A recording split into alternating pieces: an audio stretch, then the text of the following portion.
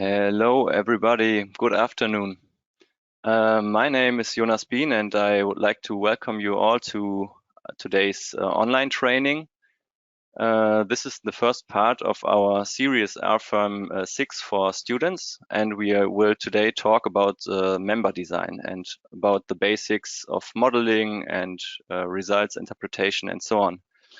So I hope you all can hear me very clearly, can see me in my webcam, and also see the screen that I shared. You should see the first slide of my PowerPoint presentation by now.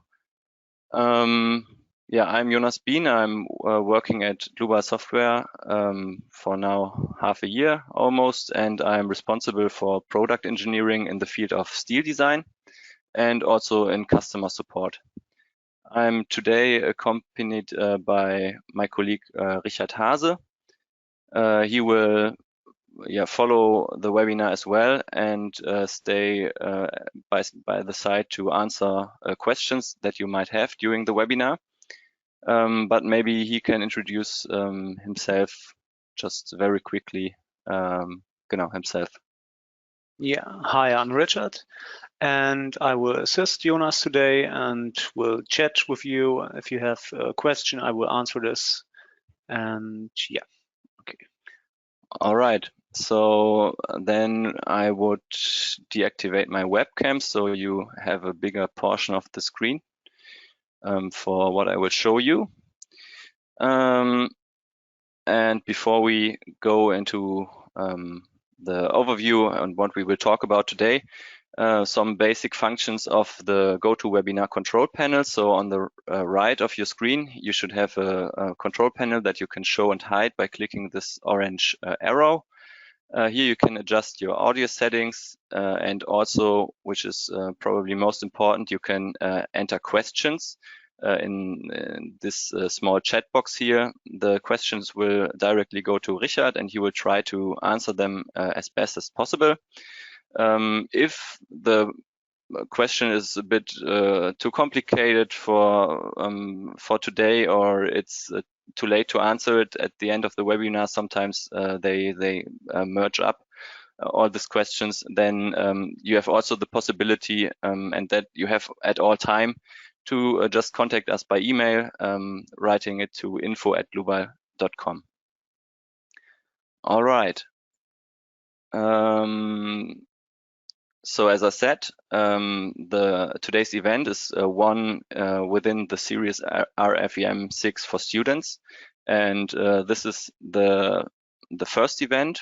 We will deal with member design today, but I want to make you aware that there are following events starting next week, the week after, and so on. And if you are interested in those, definitely check out the topics that are handled here, and just apply for it. And this is probably quite interesting depending on where you are in your studies.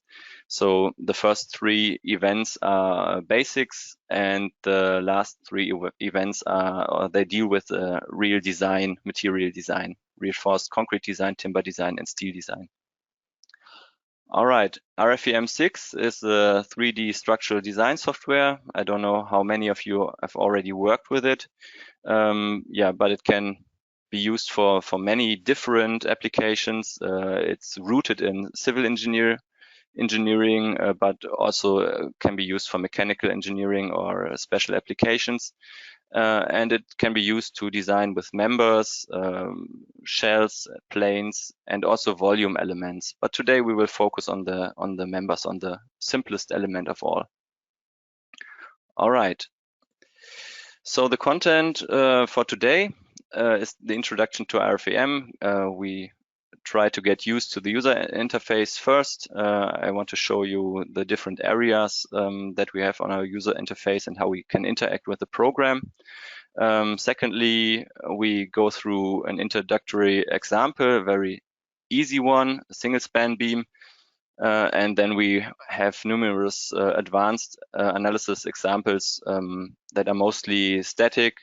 And then in the end, we will explore a bit the possibilities of higher order theories like explore the influence of second order theory and how you can take care of this within RFEM. And then we will also do a small and easy example for a linear bifurcation or stability analysis. You have the chance, if you would like, you could work along with me. So if you have the possibility and if you are interested in it, you can open RFEM and also click with me through at least the first examples. There I will do it very slowly, so you have the chance to do the same thing similar and ask questions if you don't understand, if you have problems understanding something. So maybe in order to also define my speed, I would like to ask you one question here. If you are interested in working with RFEM during this training or not, you always have the chance after this webinar to download the video via YouTube, so it will be published there, so you could also do it afterwards. But yeah, just a short introductory question also to improve interactivity, so there will be a few of those questions that you should now see on your screen during this webinar. All right, so I've seen a lot of you have already answered, so I will close the poll and show the results to you. So yeah, it's very even. So a few of you or some of you would like to work with RFEM besides my presentation. So I will definitely start a bit slower. And as the topics get more advanced, I will probably speed up a little bit. All right. So let's dive into the program. And yeah, first of all, I want to show you the user interface. It's broken up into different parts. So we have the menu bar, toolbar, view cube, workspace, table, status bar, and navigator. It's probably best explained directly in the program, so I will just jump right into it. Here I have a little demo model that you have also available in the Dlubal Center, but it's just for demonstration purposes. So just to show you how the user interface looks. Yes. You have. Yeah. Sorry. Okay. Sorry for that. It's still the poll shown to you. All right. So I now jump into the program, and what you can see here. This is the user interface that you will be working with in RFEM and also in RSTAB, RSTAB, which is a very similar tool, but this is just focused on member design. In RFEM, you can also design with 2D and 3D elements, and it has the same functionality when it comes to member design. So this is the more general software kit. So, but everything I'm explaining here to the user interface is also valid for RSTAB. So at the top we have our menu bar. Here we can open, edit files. We have almost every function we can use in this program we can access via our menu bar. However, it's quite inconvenient to browse through different drop-down menus and so on if we want to just insert a note or a line or a member. So mostly for modeling and assessing results, you will be using the navigator or the toolbar. This toolbar is highly customizable, so you can add functions to it or take some away that you never need for your purposes. The menu bar is mostly interesting when it comes to tools. This is used quite often. Here you can do model checks, plausibility checks. This is this is uniquely accessible through here. And also the options, that's where I also use the menu bar a lot. So Under options, you find the display properties. This is quite important. You can customize almost everything from color to fonts to font sizes and so on. Maybe you are already wondering why I have a wide screen. So this can be, for example, very easily changed. You can just change your background color here, or we have also, I think, a quick switch option here at the bottom. If you prefer to work with a white background, you can just very easily do this, set the white background here. And you can, of course, save all your settings, your display properties in a template and load it for other projects or new installations. Another thing that might be interesting to you, I don't know where you are all coming from, but under program options, you can set the program language. You have several possibilities. If you switch the language, you have to restart the program. But yeah, it's quite easily done here. Another important thing maybe also depends where you are working with the software. You can change units and the decimals also under this options, units and decimal places. You can also assess these options in the table here, but there you can customize every unit and also the decimal places that it's shown for almost every everything that is shown in the program.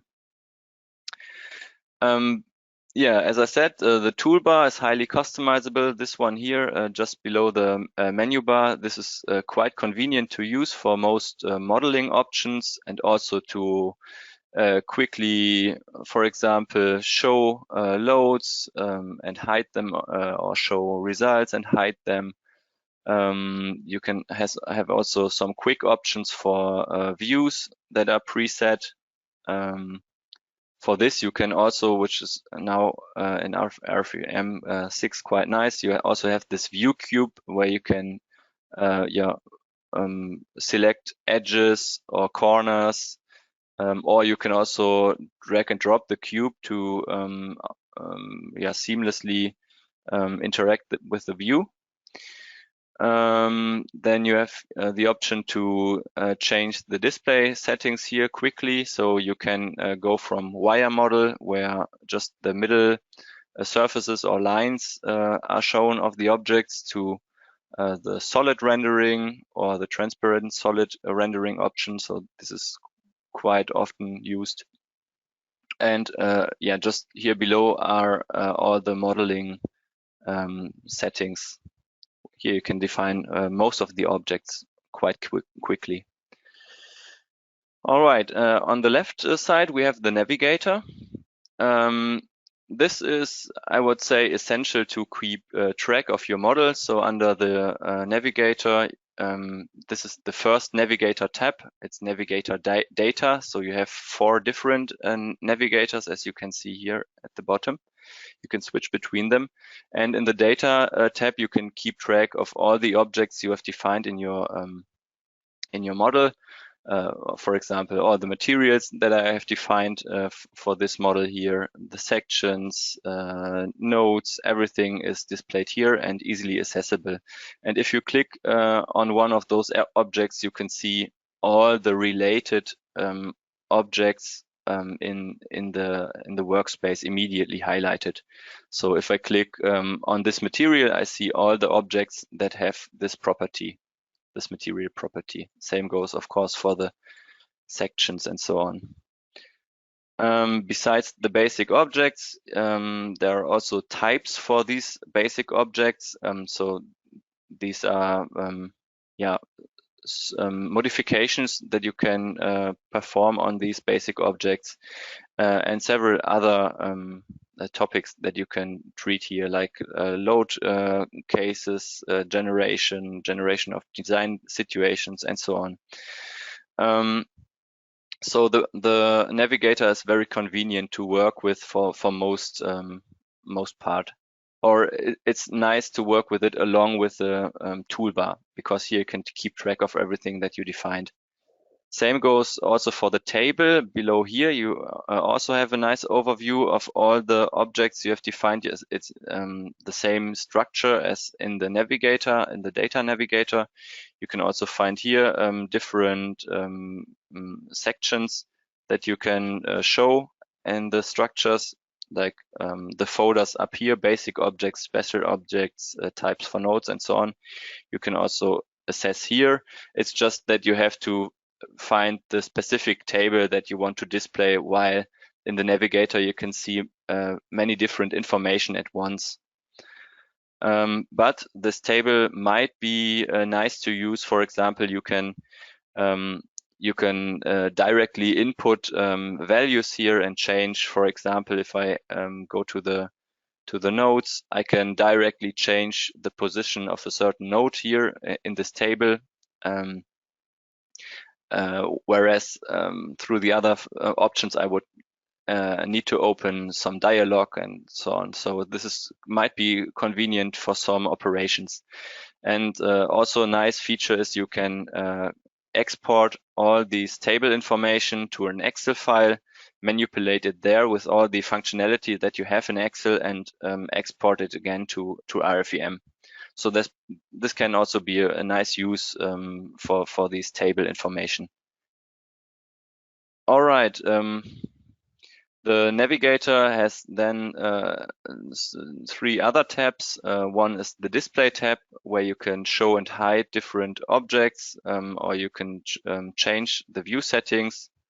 For example, I can hide all members or all nodes if I want so, and you can do this for very particular objects. You find here the settings to view and hide all of these. So if you are at some point missing some objects in your workspace, it could be that they are somehow deactivated here in the display navigator. Then we have the views navigator. Here we can define object selections. For example, we can select all the beams at a certain floor, and we can then quickly assess them, or we have some predefined filters here. So we could, for example, very easily filter by a member section, and then just activate in our active view the members that have this certain section or a certain beam type, element type, or whatever. So this is very nice if you have complex models with with a large amount of elements, and you want to keep track of them, or want to edit a certain group of objects. This is nice to just pre-select them and then select all of those objects that you want to manipulate.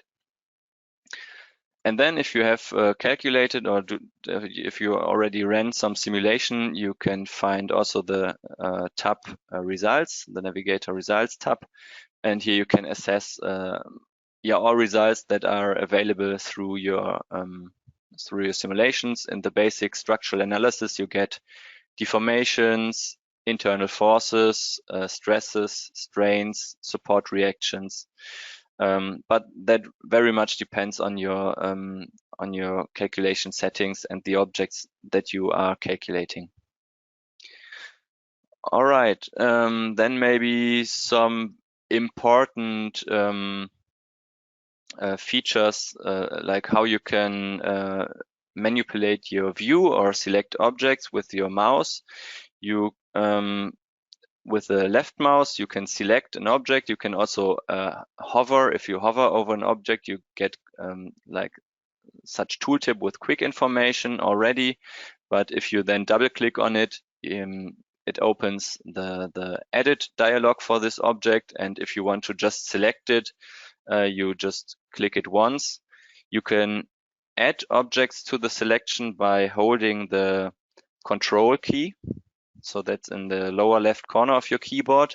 Then you see a little plus sign over the cursor, and that indicates that if you click now another object, this is added to your selection. If you instead press the Shift key, a little minus appears and you can deselect objects from your selection. You can also select multiple objects by drawing a rectangle or open a window, left click and draw your mouse somewhere. I will quickly just activate all my elements in the visibility mode so I can show it to you. And there is a difference whether you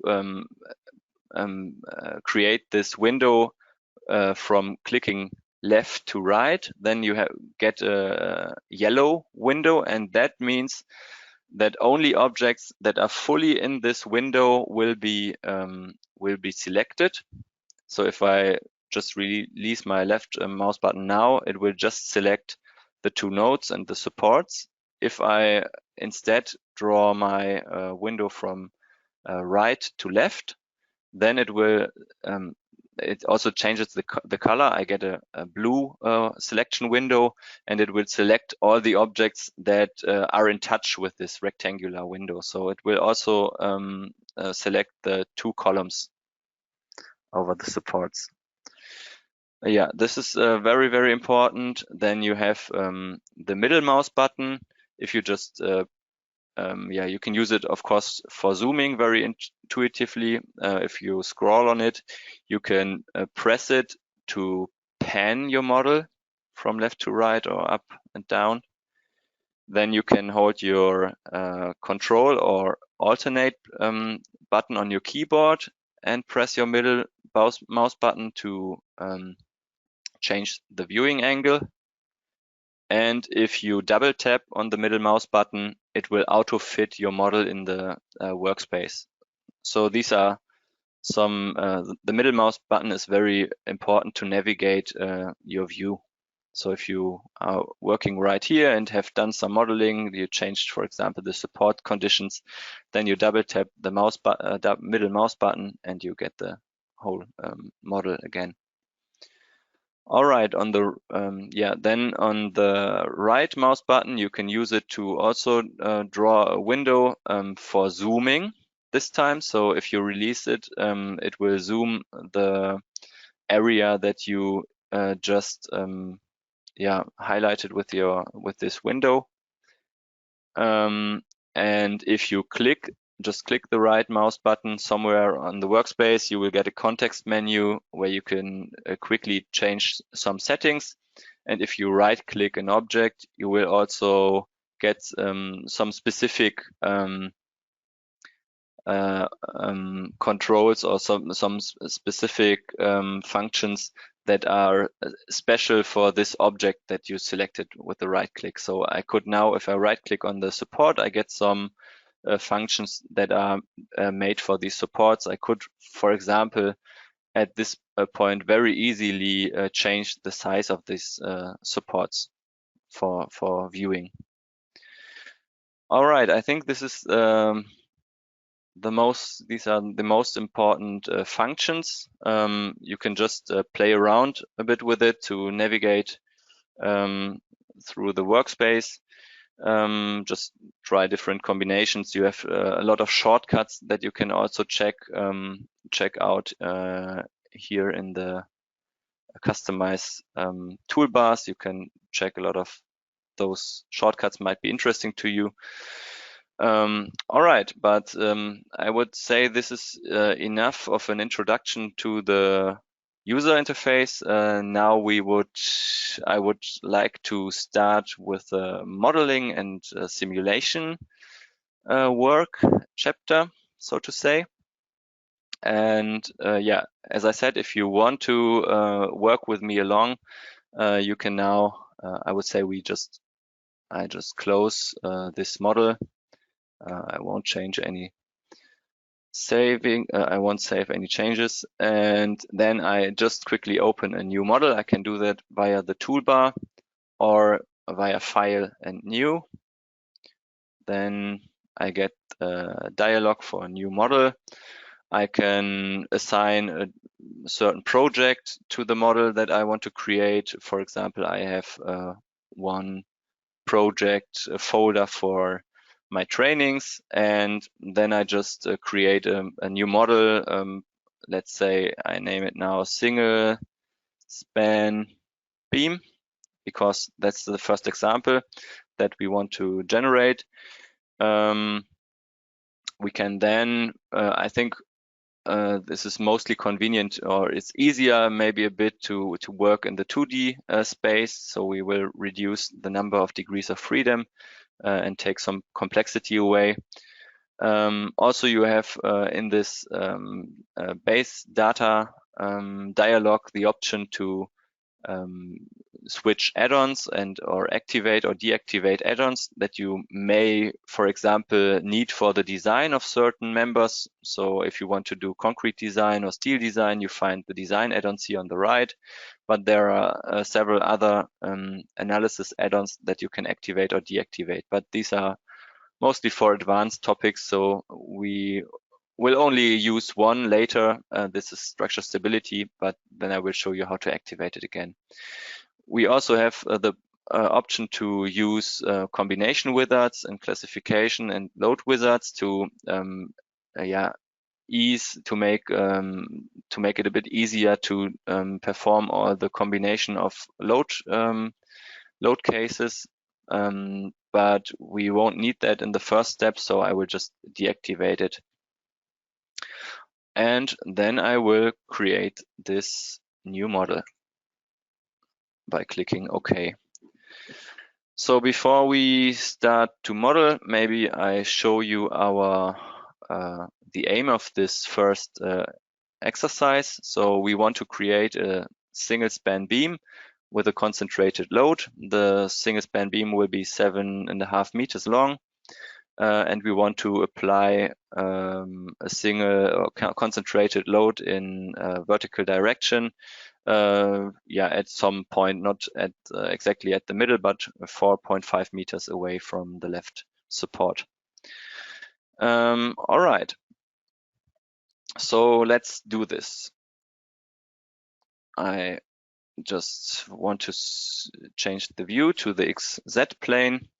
And if we want to create a member is always, or it's good to know that a member is always connected to a line, and a line is always connected to at least two nodes. So a line needs one node at the end, at the start of the line, and one at the end of the line. So in this example, we will go through this hierarchy and first define nodes. Then we will define a line between these nodes, and then we define a member on this line. To not spoiler anything, I will delete all my basic objects. So this is empty, so I have no predefined materials sections or whatever, and start from scratch. We can, for example, use the toolbar to create a new node. This would be this button here. And then we also have several possibilities to create this node. We can go in the workspace window and directly create a node by clicking at some location. As you can see, when I move with my cursor through this work plane, there is a standard grid defined with grid points that are have a spacing of 1 meter. So I could conveniently use these to define the nodes, or I could, for example, use this input dialog to define it. That is what I want to do in the first step. We want to try different methods throughout this webinar. But yes, I can just enter the coordinates where I want to create the node. One will be in the origin of our workspace. I click apply if I'm satisfied with the coordinates. And then the second node will be 7.5 meters in X direction. So I will enter 7.5 meters and hit the apply button again to create the second node. As we can clearly see the second node that has been generated, but the first one is somehow hidden between this coordinate system. So I will directly show you how to hide this. I mean, we have also this interactive coordinate system here at the bottom left of our workspace. So I think this is enough to see how the global coordinate system is positioned and oriented. So we could go through to the display navigator tab, then to general access systems, and hide the global coordinate system. Let's see the full description.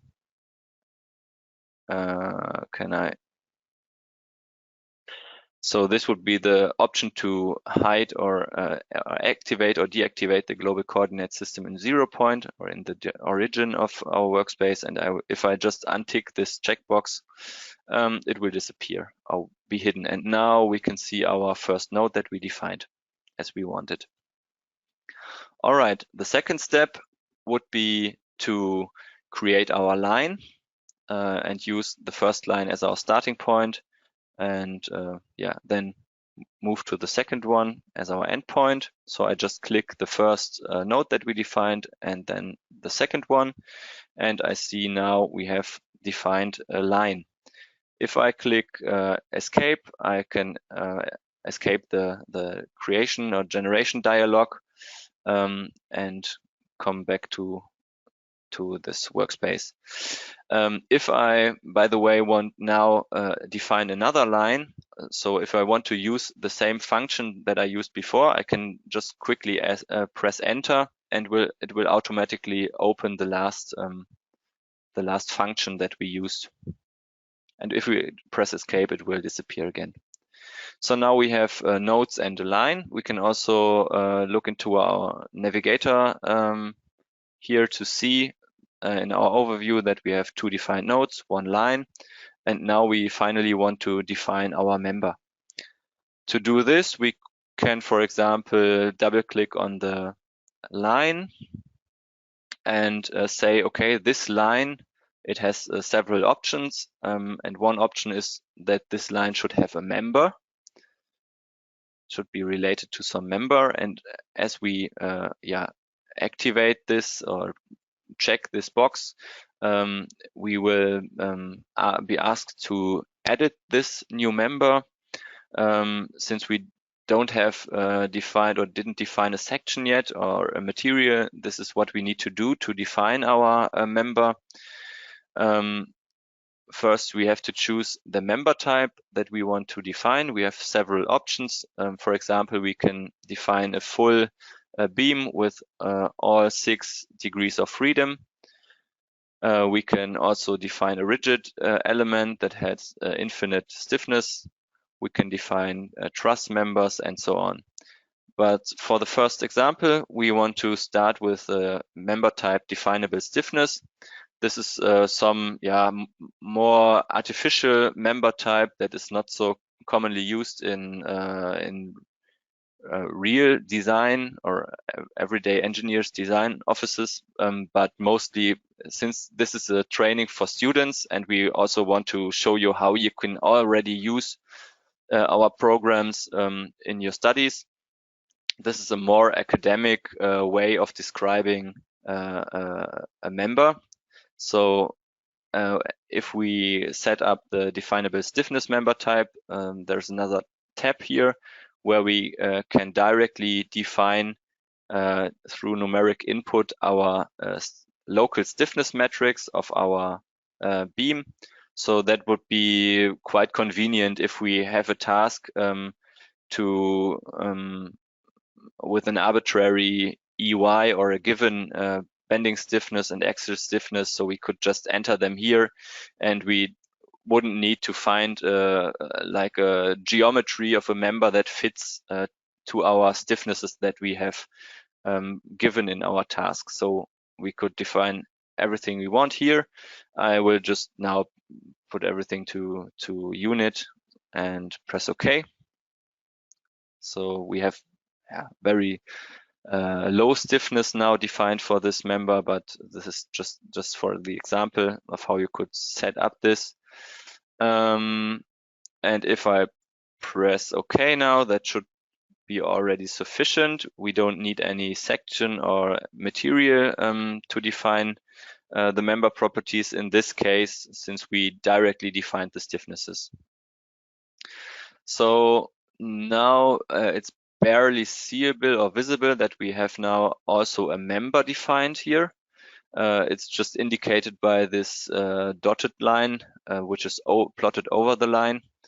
So other member types are visible a bit better. So don't worry about that. Then for a single span beam, we also need supports. We can also assess the nodal supports through the tool bar up here. And we want to assign a new nodal support. So if we click here, a new dialog opens, and we can pick a node that we want to define, or where we want to define a nodal support. And then we have a drop-down list where we can select some predefined support conditions.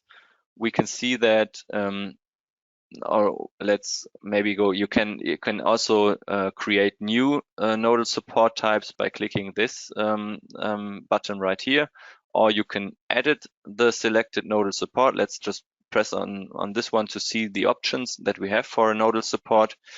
And we see here, these are all the degrees of freedom that we have in a 3D model.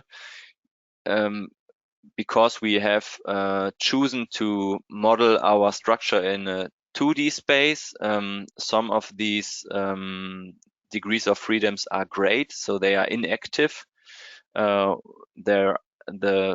translational movements, for example, in y direction, so out of our modeling plane, is not allowed in this case, since we just have defined our 2D model. This is also indicated in this preview here with these 6 boxes. The gray boxes, these are inactive degrees of freedoms, and the other one we can adjust.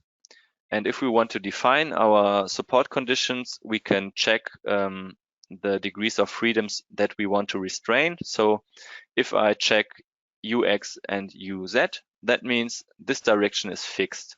If I could, for example, also add the rotational restraint, and then it would be this member that I defined would be clamped completely.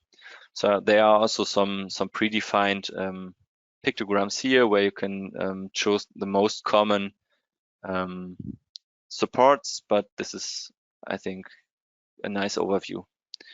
Okay, so we want to have this one restrained in X and Z direction, and then to have it statically determined, we want to add another support here. We can also do this like manipulating the definition of the node. So I can also double click on this node, or go via my context menu, right click on it and edit this node. And I can also, just as I had the option to add the member to a line, I can here add a support to the node. And if I click it, I get the option to assign a nodal support to this node directly. In this case, for our second node, we just want to have it supported in Z direction. So we can see in this preview, nodal support type number 4 has just a checkbox in this third, or it's just ticked in the third checkbox, which stands for the translational movement in Z direction. So this is just fine for my purpose. I can probably just, okay, on the right side, you have always the option to get a preview of the support that you define for your node. And I can see this is quite nice. I have support in Z direction, and it can slide in X direction, as indicated by this object here. And if I click OK, it's generated, and I have now my supports. Now I want to apply the load in the last step. I have two options to apply this concentrated load. I could define a concentrated load on the member, but in this case, I want to add an additional node at the point where I want to apply the load, and then apply a nodal load to this additional node. And to create generate an additional node, I can click my member and then divide my member into two or multiple parts. And I have the option to do to define intermediate nodes or define the division by distance, and I will do that. It's easier for me now. In my task, I've seen that the node where I want to apply my load should be 4.5 meters from the member start. So I enter 4.5 here in this box. So 4.5 meters from the first node. And if I click OK, you see this a third node is created on this member, or in the position of this member, and I have also at the same time divided my lines. So instead of one line, I now have two, and I also have two members.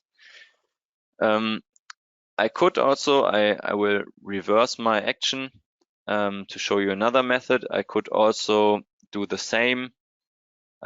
So divide the member by distance and create a member on create a node on member. And the difference is that in this case, if I just create a node on member, the line and the member is actually not split. So you can see if I define this blue node here, it's a different type, and it doesn't split up the lines and the members. That can be later helpful for when you have to design such members. So you can still design this member as one continuous member, and you don't have to define two members for, or set up the options for the design of two members. Okay, now we also have our intermediate node. Maybe to get a feeling for the dimensions, we can now add some marking or the dimensions. We can measure the distance between the nodes to check if we did everything correctly. Up here you find the option to add a linear dimension, and I just click on the first and the second node on the member. Then I have to change the plane where my dimension is then shown, and I can do it via drag and drop, or I can add a fixed distance or an offset of my measurement. So I can define both measurements that I want to make visible here at the same height. So this is then very convenient. And yeah, that seems to fit. So I have 4.5 meters. And then I have my intermediate node 3 meters to the right support. And now the last step is to define a load. A load is always attached to a load case. There's always one load case predefined. That's or by default, that's the load case number 1, self-weight. You can see it up here, or under the navigator tab in load cases, LC1. And in this load case, I now want to define a load. So you can see here how it's structured. The loads are entered depending on a load case. So for this load case, I could either go through the navigator and go to load case 1 and know the load that I want to define in this load case, or I can select load case 1 as active load case and then use the toolbar to generate in a new nodal load. That I want to do. Choose this blue node here, the intermediate node, and then all I have to do is to enter the magnitude of my load, should be 10 kilonewtons. In the global coordinate system defined in Z direction, so that's perfect. If I look here to my global on how my global coordinates system is set up, I could also choose other coordinate systems. Yeah, right here. But this is good for my purpose here. I press OK, and now I have my concentrated load at the correct place. One thing maybe I forgot to mention when I split up this member, or when I defined the additional node here, I have said I want to define my division 4.5 meters from the member start. But how do you know where or how your member is oriented? So how do you know which node is the start of your member and which node is the end of your member? And of course, you can somehow keep it in your mind how you defined the member. So in my case, I clicked this node first when I generated the line, and clicked this node second. So this gives me already the information that my line and also the member that is created on this line is oriented from this node to this node. But if I'm not sure sometimes, and sometimes the orientation is also changed by some operations, and you want to recheck, you can just quickly hover with your mouse cursor over the object, over the line or the member, and you see in your in a quick view a little arrow here, and this is indicating also the orientation of the member. Or you could right click and here show the local axis systems of members, and that would also show you how the member is oriented in space with all its axes. All right, so I will now deactivate the local axis systems again, and now we want to do our first simulation. Everything is set up, so we can now click on this button to calculate everything, or we can go through here, calculate all, or calculate current loading would also be sufficient for this case, or we could ask the program to show us the results. Then the program will remind you that we don't have any results to show and ask if we want to calculate, and we do so. And then we should be able to see the fourth tab of our navigator and see the results. First, we have shown the deformations here, and as you can see, the deformations are very, very large. So these are 99 meters vertical deflections, which of course makes no sense, but this is due to the fact that we just put a 1 in our stiffness matrix. So the bending stiffness of this exemplary beam is very, very low. Of course, this result would make no sense at all, but to review the internal forces and the support reactions, that's still good. So we can, besides the deformation in the global coordinate system or the local member coordinate system, we can assess the internal forces now. And if we check the shear forces on our member, that seems to be quite okay and correct.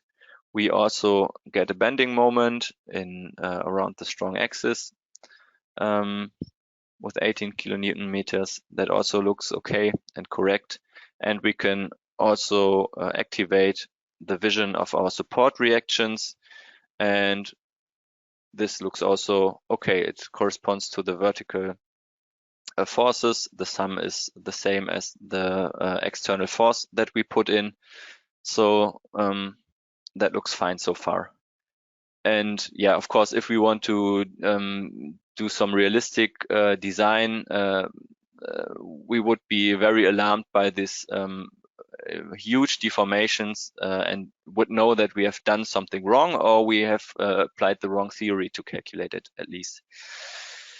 Okay, so that would be the first example already done. These are the very basic as example. Of course, you should never calculate something like this in RFEM. You should be able to do it by hand. But the reason why I show this, or why it sometimes makes sense to also model such easy structure, is that of course for this system, you know already the answer. You can calculate it by hand and compare the results, and this is of course very important. With any software you use, you should first be confident that the results you are getting from the software are somehow realistic and are validated, and you can trust them. And for this purpose, it perfectly makes sense to also do such simple calculations to check if everything is set up the correct way. That's one principle of FEM analysis anyway. So from the simple structure to the more complex ones. All right, I don't know if there are any questions that we should treat at this stage. Maybe Richard can give me some short feedback, or if we should proceed with the second example. Yeah, there are no open questions. You can continue. All right. So we were very slow on this. We have to like increase the pace a little bit in order to get everything done. So I would now go to the second example, which is, let's see, in my PowerPoint. That was the first task we have already solved.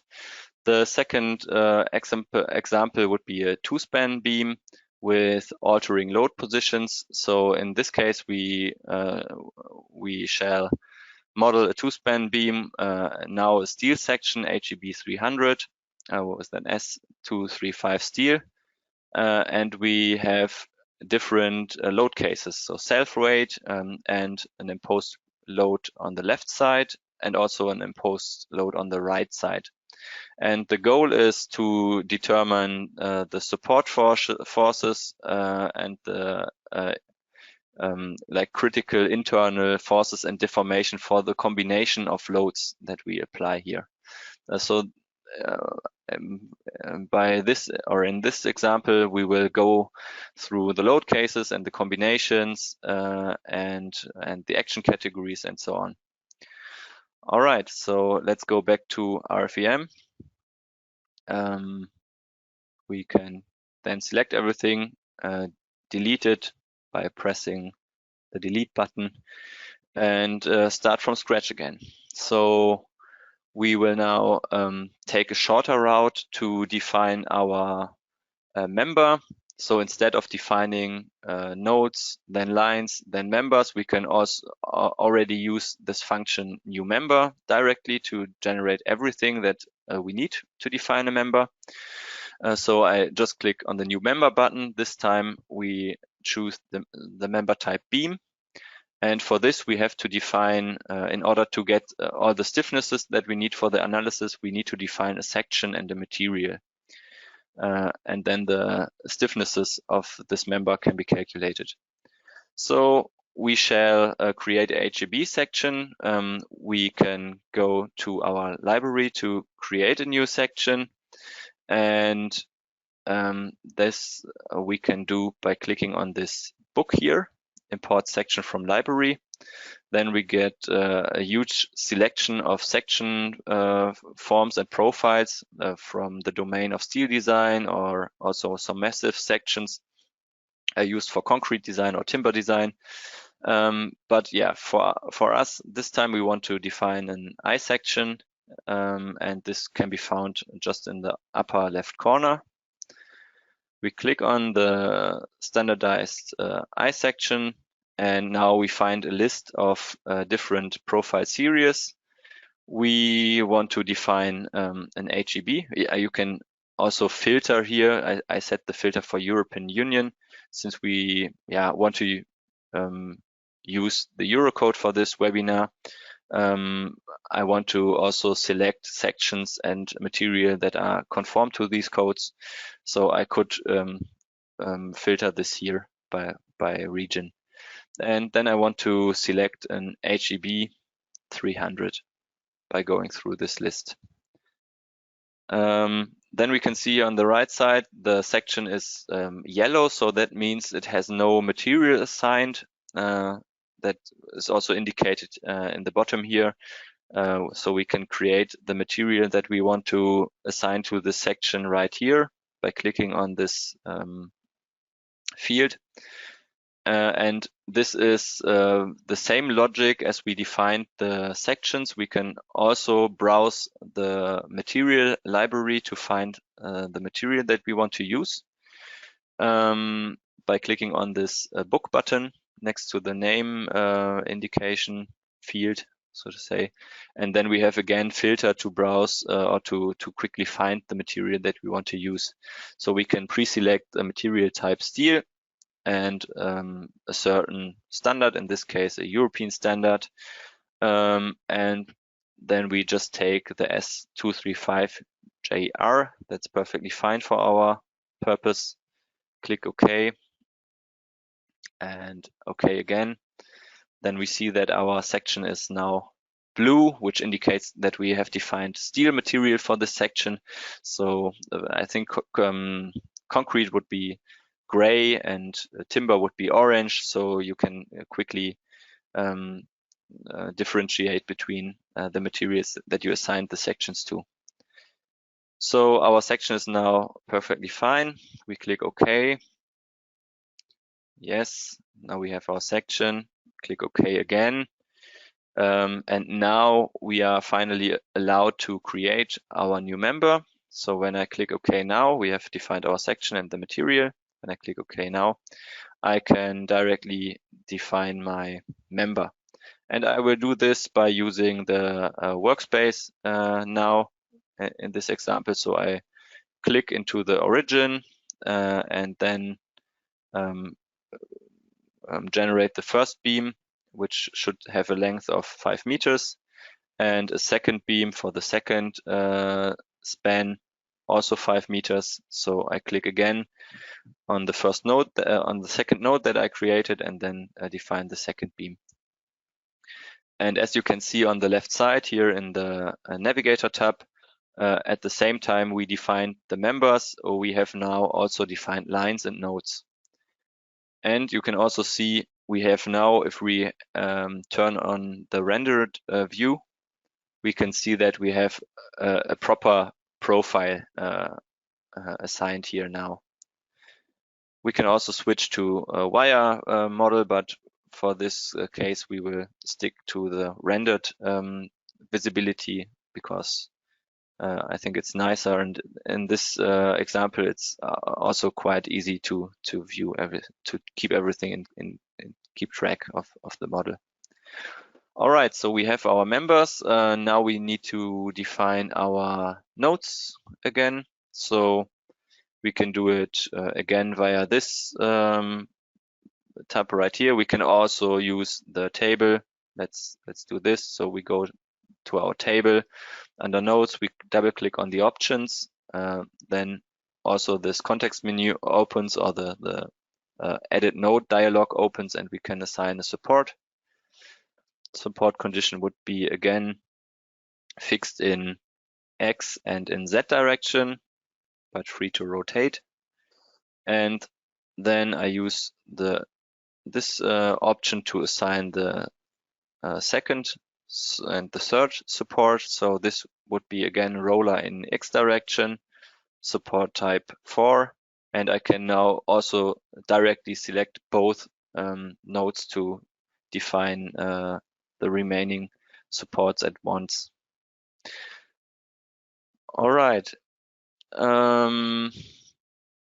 Now this example is about combination, load case combination, and that's why here I want to activate my load case wizard again. So that makes it very easy to define load combinations that are compatible to Eurocode or other codes or design standards that you are designing with. So I go to base data, add-ons, and then select the combination wizard and classification and the load wizards again.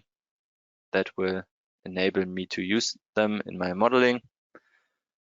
And now you already might have seen that the color or the descriptor of my load case number 1 self weight has now changed, and this is because I have now by default a standard assigned for the load combination.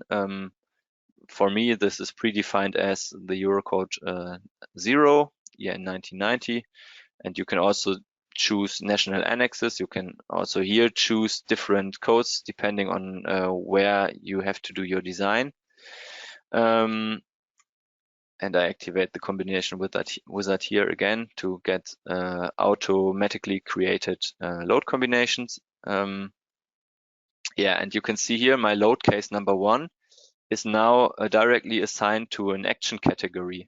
So this or these action categories that you can assign to your load cases are predefined by the standard you have selected. So in my case, for the Eurocode 0, there are some predefined action categories that you can use. For example, permanent load, imposed loads, snow loads, wind loads, and so on. So the program knows how to combine the different load cases for your load combinations in the end. Please be aware. So this first load case is created by default. You should always, if you open a new model, there is predefined load case 1 as self weight, and please take care or consider that by default the self weight of the structure or of all the objects you are defining in your model is activated. So if you don't want to have the self weight of, in this case, we have defined our members with a section, and of course this section has a weight, and if we don't want to have it considered in our calculation, we can deactivate the self weight here. We have to uncheck it. And in many cases, if you have tasks in your studies to solve, you can neglect the self weight of the structure, so you would need to uncheck this box. That's what we do right here. Instead, we want to define a member load in a few seconds, but before we do so, I want to create additional load cases. In the task, it was asked to also define a load case for imposed loads. I will just add another load case by clicking the generate or create new load case button here, and choose the action category imposed loads. It doesn't matter which category. For this example, I will stick to category A. And I can name this imposed load left to also know what this which load should be assigned to this load case. And I can also then just quickly copy this load case and rename it to right. So we also should create a load on the right side of our double span beam.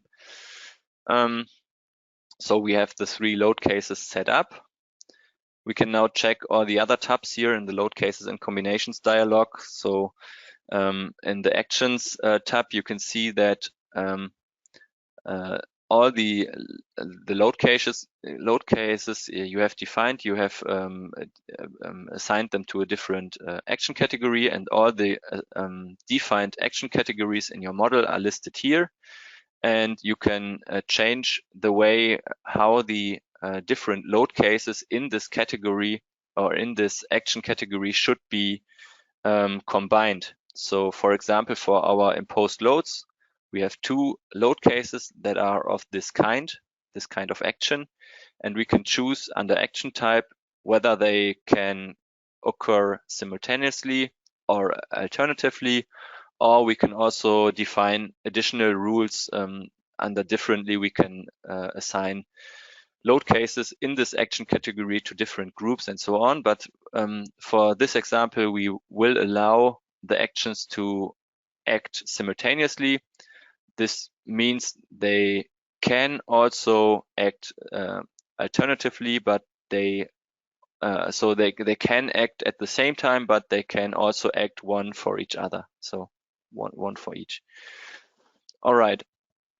Then under design situations, these are the load combination rules that are given by the standard. You probably know the difference between the ultimate limit state design situation and the serviceability limit state. And by default, these four design situations are created if you choose Eurocode 0 as the combination standard.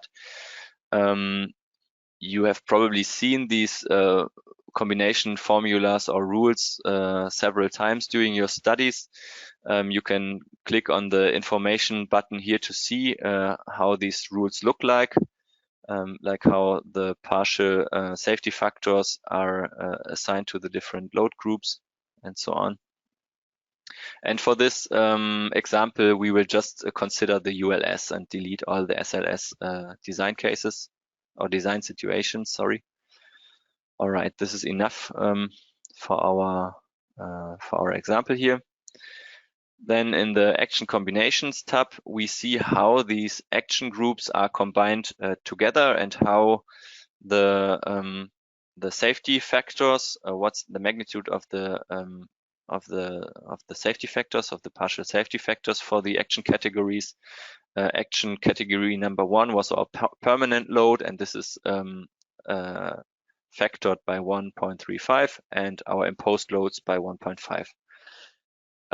So this is how those load cases or these actions are generally treated. And in the load combinations, we finally get all the combinations that we will run through our input to our simulation. So now from the load cases we defined and the combination rules that we have set, 4 different load combinations are created. For example, just the load case 1 plus load case 2, all 3 load cases, and load case 1 and 3. So every combination is considered here, but load case 1 is acting always because it's a permanent load. All right, so we have set up our load cases and combinations. We can click OK. Now we have to fill these load cases with, so we have to define loads for these load cases. This can be done quite easily. Now, in the last example, we defined a nodal load, but now we want to have uniform member load. For this, we use this generate new member load tool, for example, and we can assign it.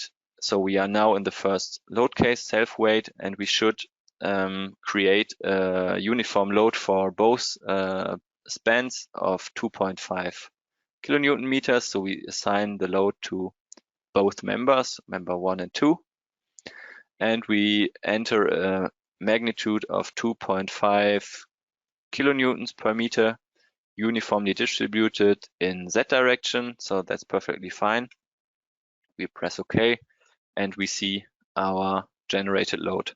If I press enter now, we will just get back into the dialog, and we can define our second load for the second load case. We can just select load case 2 here, which has the imposed load on the left side, 5 kilonewtons. So we just pick our left member, member number 1. And we can also stay in this dialog, click apply and next to create the load, and then just be able to set up the next one. So finally, load case 3, imposed load on the right beam. We select the right beam. Also 5 kilonewtons per meter. Perfect. All right, we click OK. And now we can see if everything is correct. So we activate our loads. We show the loads. We can do that quickly via these buttons here in the toolbar. And then we can browse through our load cases. Load case 1, we have a uniform load on both members. Load case 2, just one on the left beam, and load case 3 on the right one. Perfect. So that seems good to me. And I think we are ready to solve this. So we press calculate all, and now it will calculate the load cases for themselves and also all load combinations. And we will now be able in the results to switch through the results of these load cases. For example, for the load case 1, self-weight, this is always unfactored. We get these results. We can check, for example, the bending moments here. That looks quite okay to me. I can, for the results analysis, go back to our wireframe model to better see the internal forces. So we have a hogging and sagging moments. The one above the middle support is the largest, as we would expect. Then we can go through our second and third load case, and also through our combinations. So combination number 1 would be just a factored result of the load case 1, but the others are combinations of all the load combinations, as you can see here. And now one task, or which is often you have a lot of different load cases, which results in which may result in thousands of load combinations in a real structure, and you are probably mostly interested in the critical internal forces and also the deflections, and these are can be shown or analyzed if we click on the results for the design situation. And now we get the envelope results that are shown here. So for every segment, we get the minimum result values and the maximum result values. For example, here we see the minimum and maximum hogging and sagging moments. So this is quite convenient. Also, the minimum and maximum support reactions are shown. And if we want to address the, for example, the vertical deflections, we can also directly see the envelope deflections here. We can also assess the results via the table. So one question was we should determine the governing load combination. So we can see the envelope here graphically, but we don't know in which combination, for example, do we get the maximum hogging moment here. So this minus 33.14 kilonewton meters, in which combination is this generated? And we can use the table, the results table, to check this, and we can go to results by member and then check for member number 1, and under these rows here, extremes, we can check all the extreme section forces. Now we have displacements here. We are interested in internal forces, sorry, so we have to switch the tab to internal forces, go to extremes, and now we can assess all the minimum and maximum values. So in this table, the section forces, for example, in this row, we get the extreme values for n, and this is for maximum value. Then in the second row, we get the minimum value for n. And this is everything is listed for all the internal forces here. And for example, for our bending moment around about the strong axis, we can clearly see that the maximum sagging moment is 23.94 kilonewton meter, which is corresponding also to the diagram here. And in the last row, we can directly see in which load combination this moment occurs. So the maximum sagging moment would occur in load combination 2, and the maximum sagging hogging moment, of minus 33 kilonewton meters would occur in load combination 3. Okay, for this example, this is probably quite obvious, but in more complicated structures with a lot of load combinations, this is a very convenient way to assess the critical load combinations for your structure and for the design. One thing I would also like to tell you, because this is often asked, so a lot of times students come back to us and say they have simulated a simple example and the results do not fit to a hand calculation. And this is because in our simulation, we by default consider the shear stiffness of our members. So in your hand calculation, or also in if you are using design handbooks or something like this, usually the shear stiffness of the member is not considered. So in order to neglect this in our program, you have the option to go to the section definition. So here we used our HEB 300, and in this edit section dialog, you can deactivate the shear stiffness of our member. And this leads to, it doesn't lead to larger deflections, because you would think, okay, now I have no stiffness.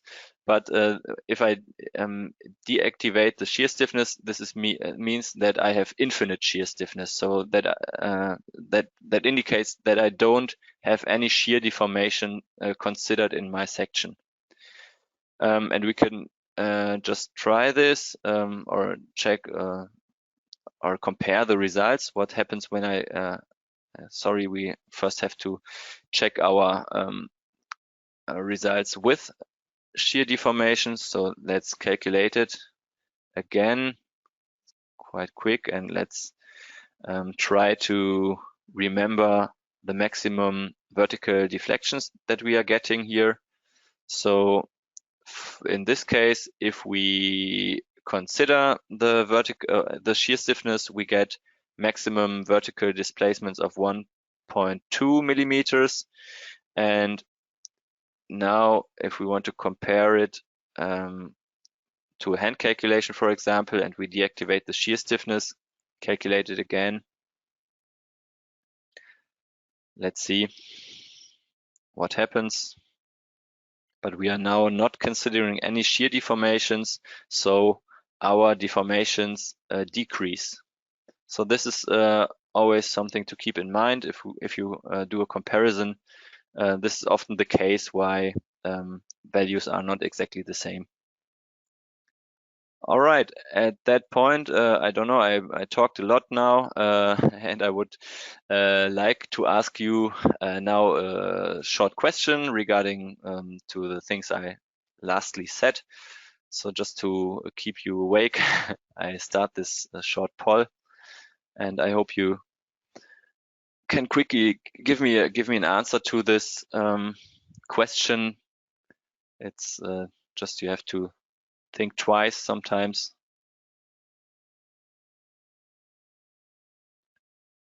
But this is quite important.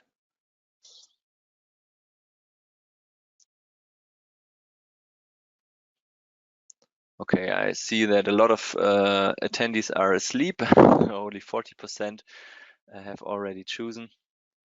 But anyway, I will now close the poll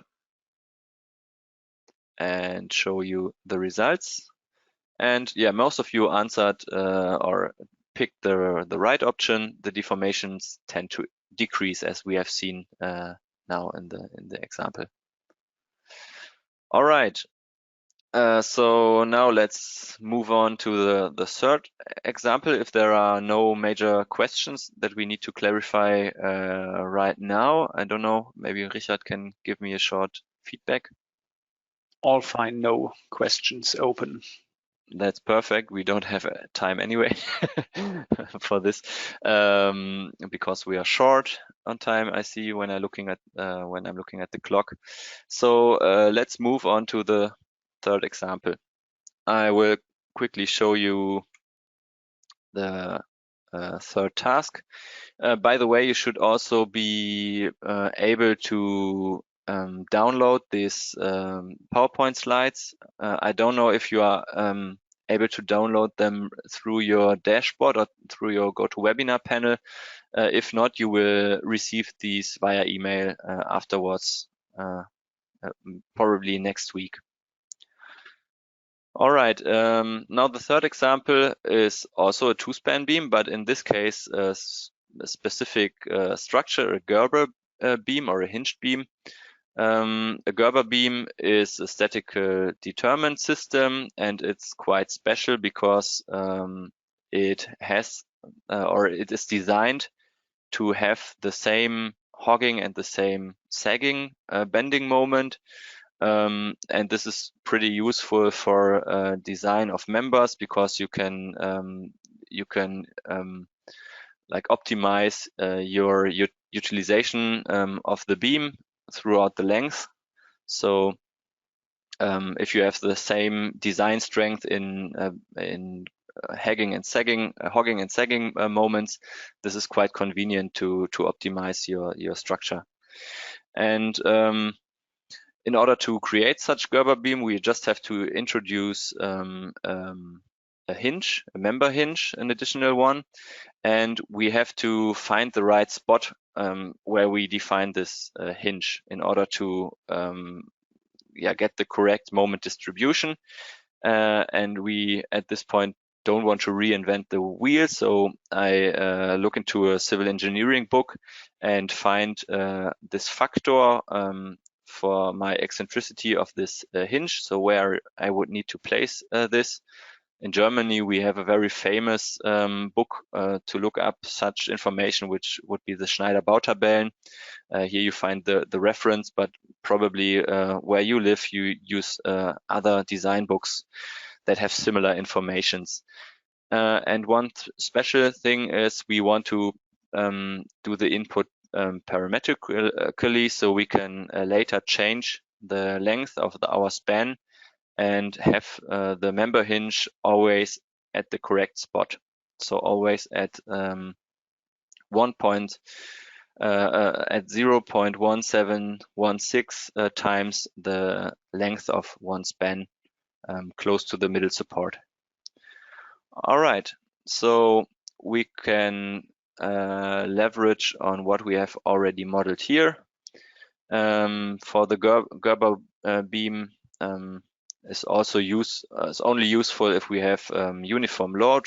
Otherwise, we cannot make sure that the hogging and sagging moment are the same by value or by absolute value. So we delete load case 2 and 3 and just consider the self weight, which is uniform throughout the whole member or the whole beam. And now we introduce a member hinge, and member hinges can only be generated at the end or at the start of a member. So we have to introduce a new division. So we have to divide the second member. To do this, I just right click on the member, and through our context menu, I use the function divide member. Since we want to set up a parametric solution anyway, I can this time use an intermediate node and just create it at a certain point, just to show you how this looks. I could now divide member number 2 in multiple slices of the same length. In this case, I want to just create one intermediate node. So when I do so, I have 2 members now with the same length. And then we, in the next step, have to set up our parametric model. So for this task, we use use the possibility to define global parameters.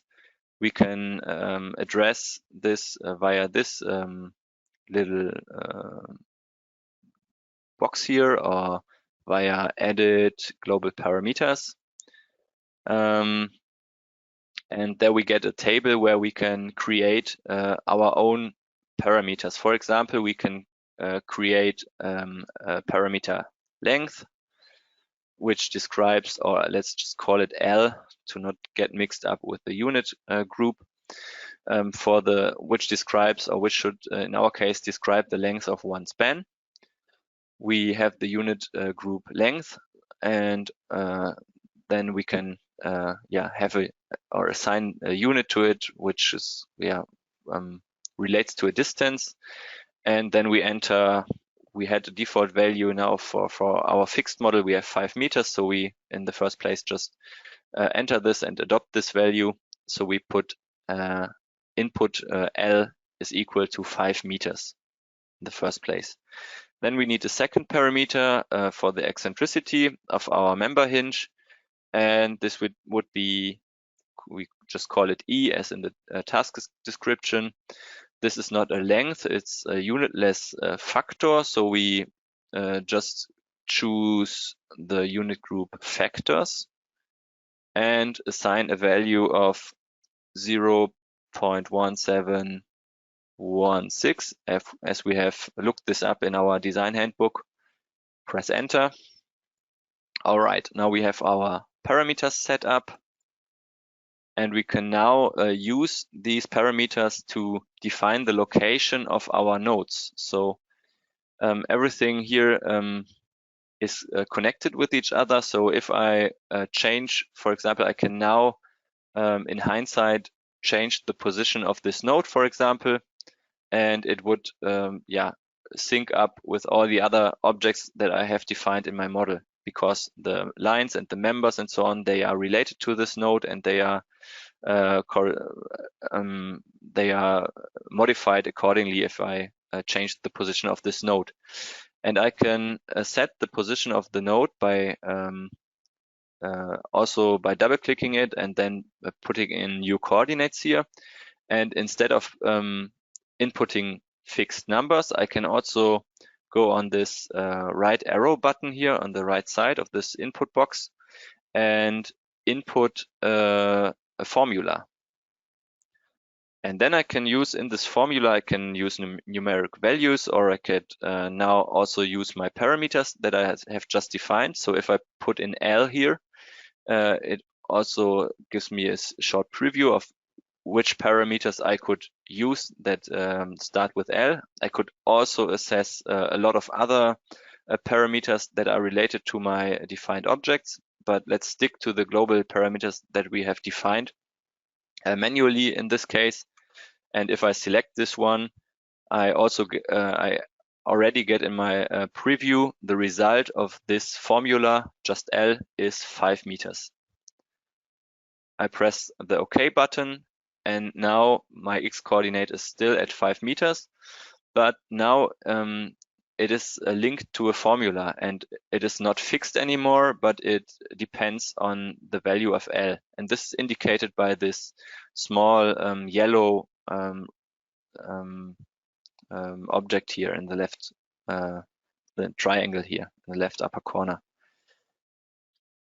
So I click OK now. I have parameterized the X position of this node now, and I want to do the same for the other nodes, the other 2 nodes that are on the right side of this one.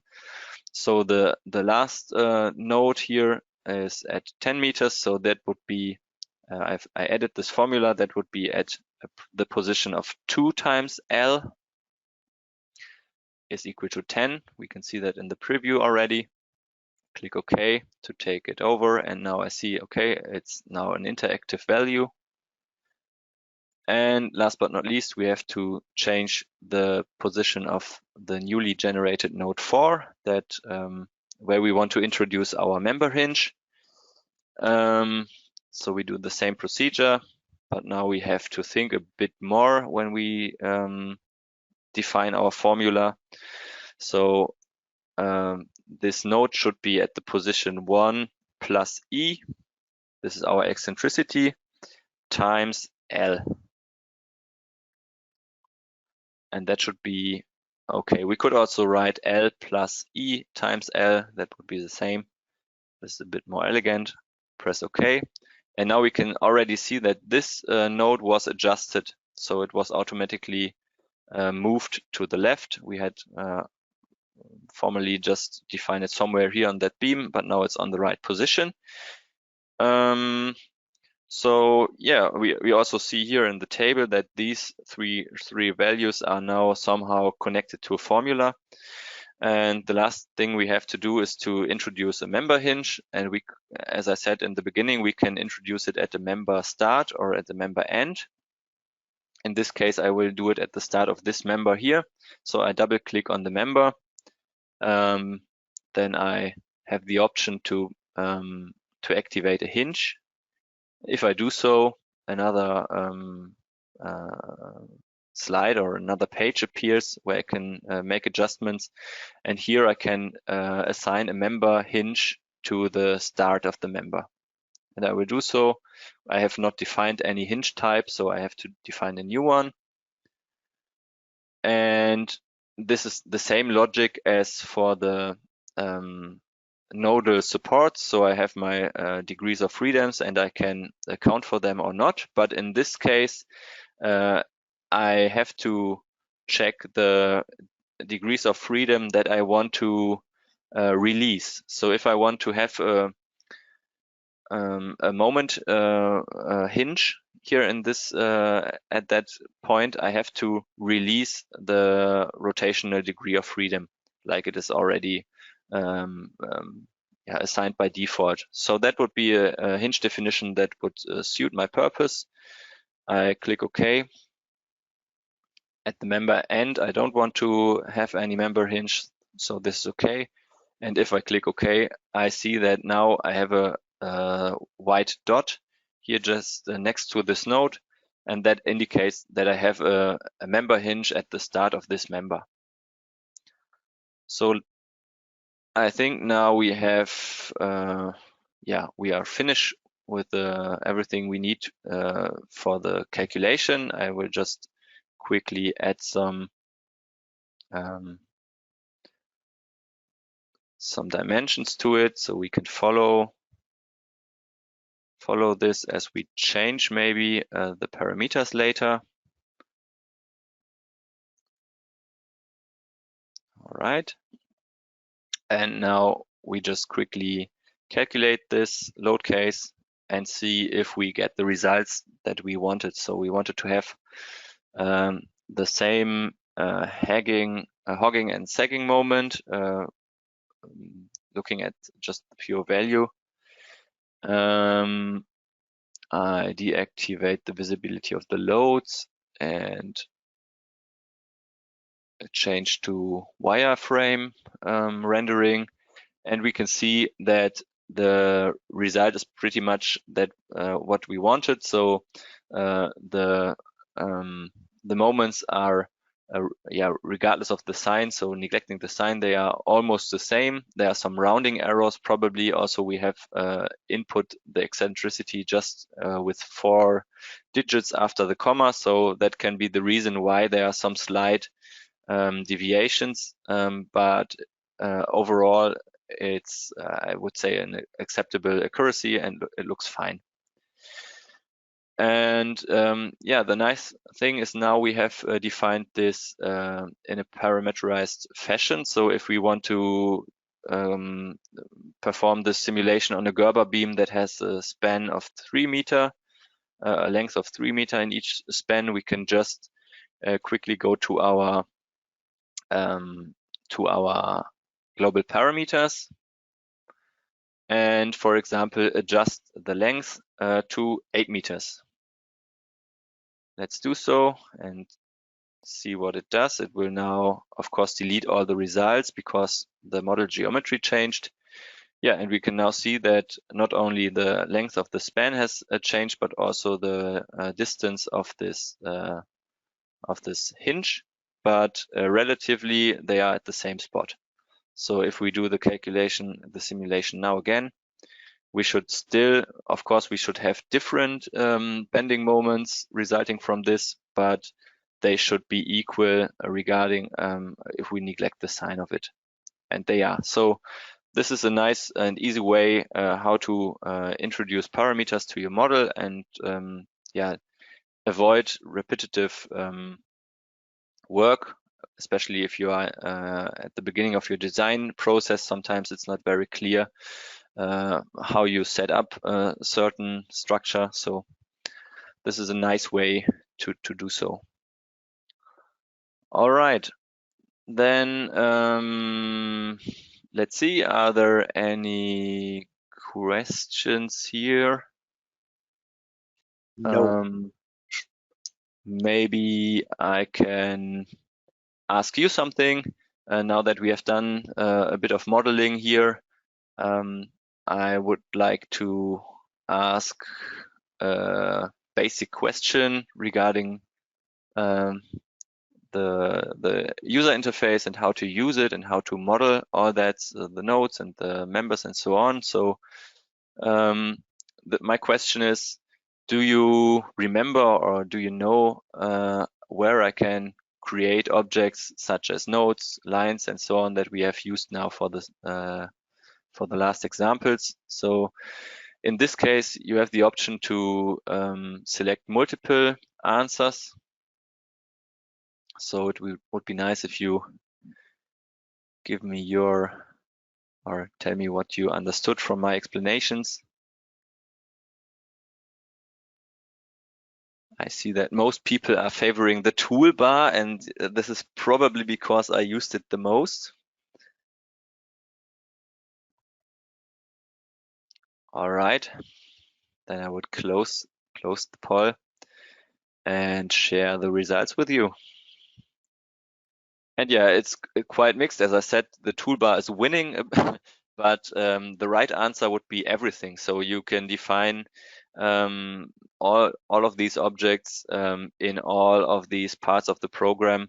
But as I said in the beginning, it depends a bit on what you prefer, what's your preferred style of modeling, and also how you can leverage a certain function in your system. So sometimes I would prefer the table input over the toolbar, or sometimes I would use the navigator input. But that is something that comes along with the usage of the program. All right, thanks for participating anyway. So let's check our schedule. What do we have next on our list? There is another example, but this one, yeah, would be, I would leave it as a homework, so to say. You could now take everything you have learned. Here we defined some loads, members, and so on, and you could try to model this clamped beam with a cantilever with some funky or more special load definitions on your own.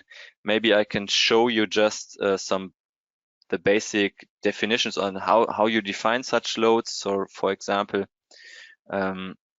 this in our case here, we have defined a uniform member load, but you could also define trapezoidal loads, and the triangular loads that you have just seen in the task are nothing else than a specific sort of trapezoidal load. And you can enter, but this is mostly self-explanatory. So if you check the helping figures on the right side, you quickly understand that you have to put in the load at the start of this load definition, a load magnitude at the end of this load definition, and you can also put in the distance where this load should start and end. And for this one, I have just a short quick tip for you. You can switch between inputting absolute length in meters, or you by pressing this percentage sign here, you can change to relative distance. And we could, for example, now say create a triangular load starting at 20% of the length and going to 80%, and that would be the outcome. So we have a short gap until we start with the loading. And then another load type that is that you have to define in this example would be imposed nodal deformation, and you can find those here. It's another load type, and here in this context it is very important to mention that you can only input imposed deformations where you have defined nodal support. So just for the degrees of freedoms, you have defined a nodal support. You can also define an imposed deformation. So for example, for this node right here, I could define an imposed displacement in Z direction, since this is a degree of freedom that I have fixed by just putting in a deformation. You can also get a nice preview in this dynamic window over here, but I couldn't assign a rotation because I have not fixed this rotation in my nodal support definition. So if I would click now, okay, it would be saying that this nodal support is not held in the direction of deformation, and it has a problem with this imposed rotation. So if I delete it, that should work. So deformation in Z direction is allowed because I have fixed this this degree of freedom. And then maybe the last hint would be if you define a nodal load, you can define it via. So what we have done here was we define, until now we defined a nodal load in a certain direction, but we can also define the load by components. So we could, to get a load that's acting under a certain angle, we could put in a value for fx and fz and make sure that the resultant has the desired magnitude and also the direction is correct. But we can also put in a load and then apply a specific direction by clicking this option here. And then we get another tab where we can put in a rotation and a rotation axis. In this case, there's only one axis where we can rotate our load because we are modeling in 2D. So let's say we want to define a load on this node, and we can easily change the direction by putting in a value here. It should update when I need to somehow change something, but then it also updates the preview here, and you can see it's just rotating, and I don't have to do any calculations with Pythagoras or sinus, cosine, whatever. This is a very convenient way to define a load under a certain angle. All right.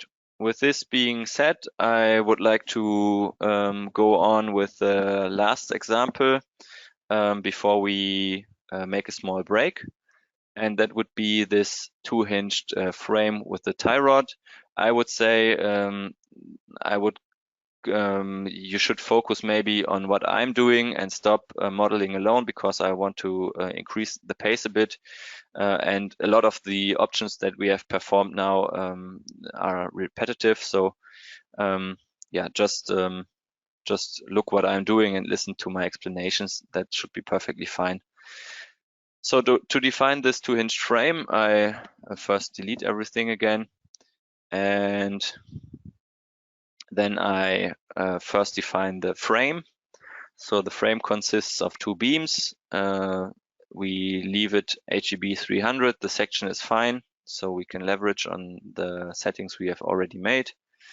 I have the beam has a height of 5 meters, and then we define the first girder, roof girder, that should be at x equal to 5 and should be 3 meters above the column. So that would be the right location here.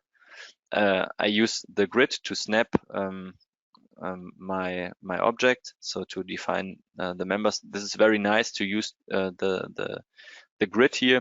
You can also, if you have some strange distances and you would like to alter the distances between these dots, you can always change this in your work plane and grid options. So I could, for example, if I had a smaller model and I would need to catch every 10 centimeters or so, I could decrease the size of the spacing, for example, here, to set it up for my modeling.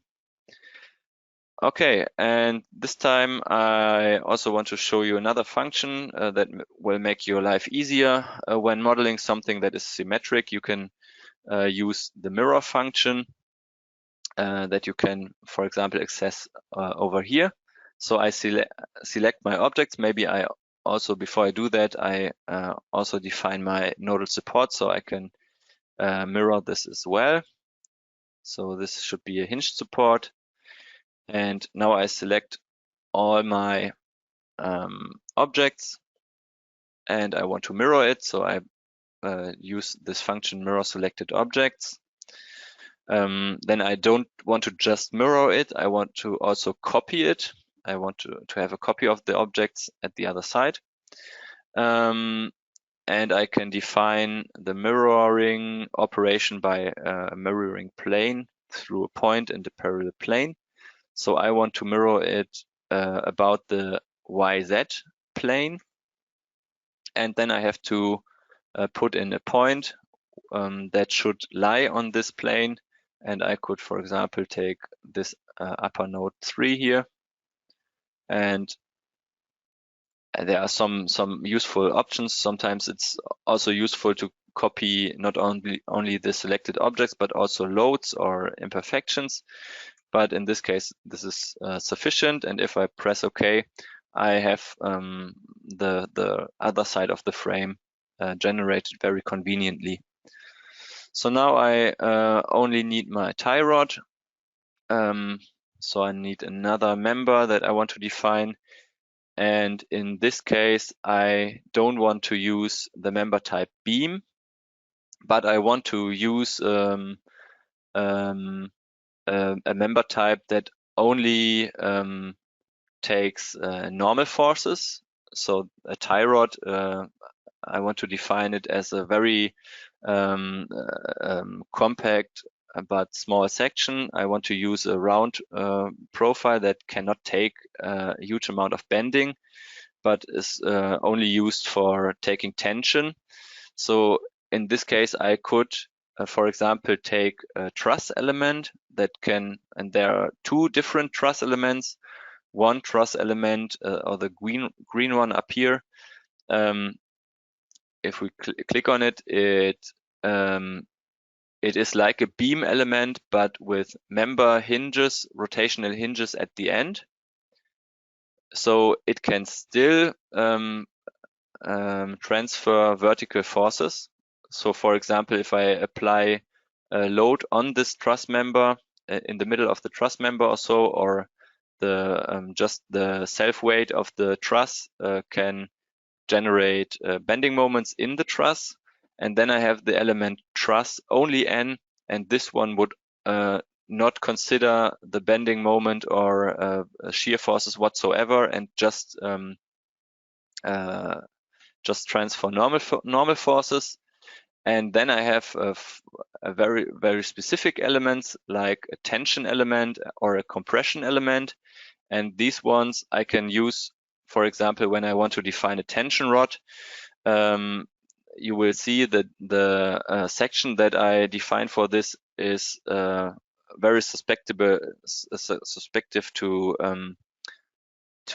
buckling, so it cannot take a lot of compressive force, and that's why I want to define it as a tension member. So this member will only be allowed to take tensile normal forces. Yeah, as I said, I want to define another section for this tie rod. A typical one would be, for example, a round profile, let's say with a diameter of 30 millimeters. So like a cable, so to say. And we will use this to keep the frame together, or to increase the stiffness of the frame significantly. All right. Now that we have defined this, we need the loads. So we have 3 different load cases that we want to consider.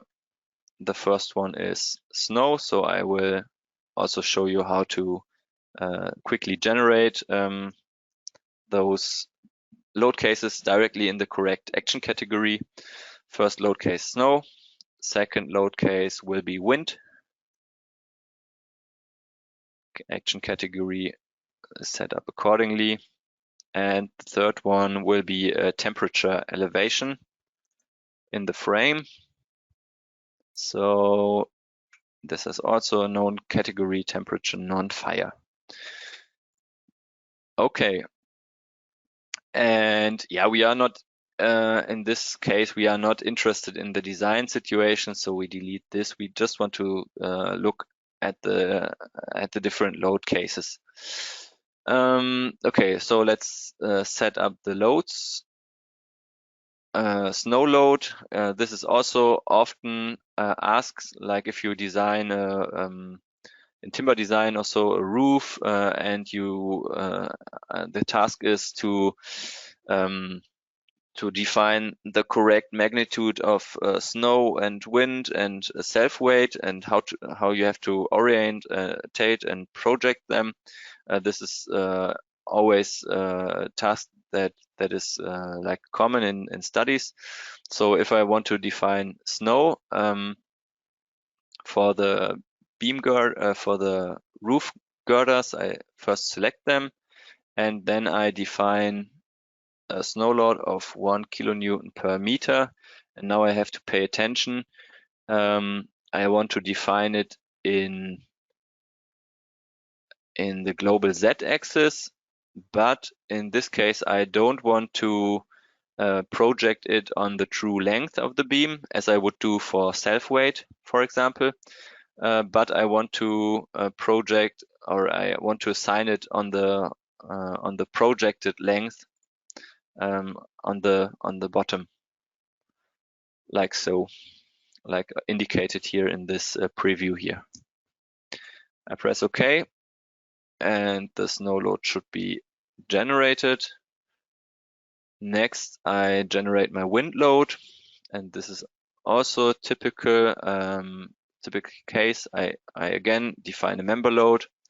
Now I want to do it in a very simplified manner and just assume that we have just wind pressure on one side of our small structure here, no suction and no different like wind load zones. So I just pick these 2 members here on the left side and assign a wind pressure of 1 kilonewton. And when I talk about pressure, we should now also set the direction of the load very carefully. We don't want to use the global system for this. So wind pressure or pressure in general always acts perpendicular to the beam axis or to the object axis. So we want to use our local beam axis, a coordinate system. And this is also one thing to mention. The local coordinate system is by convention described by small letters x, y, z, while the global coordinate system is like described by the big letters, capital letter x, y, z. So this is very common for a very common convention for analysis software, but also hand calculations, I think. Yeah, and now we want to assign the pressure perpendicular to the beam axis. So that would be the correct, Z would be already the correct orientation for it. If we are not sure, we can also click on the preview and we can see how our beam is rotated, but that looks perfectly fine to me. So I click OK, and the wind load is generated. In the last load case, number 3, we want to create a temperature load case. So in this case, I assign it to all frame members. I can also, as I just did, pre-select the members and then click on define member load. So I don't have to assign them afterwards. And we, besides the force load type, we have several other load categories, and for our case we want to apply a temperature and then we have the option to input 2 load parameters. On the right side we have a little description on what the parameters describe. So TC, I think that should be in this case TT. It's not okay. That doesn't seem to be. I think this is for German language, and it is not counted here in the parameters overview. So that's wrong. But I think TT should be the average temperature increase of the section, and TB should be the difference between the lower side and the upper side of the member. So in this case, we want to apply an average heating of 35 Kelvin or degrees. So we can just enter 35 degrees to TT, and we can check if this is correct. Should be correct. Press OK, and now we have defined our TT value. All right, then let's calculate all of our load cases. We can use the calculate all option and review the results.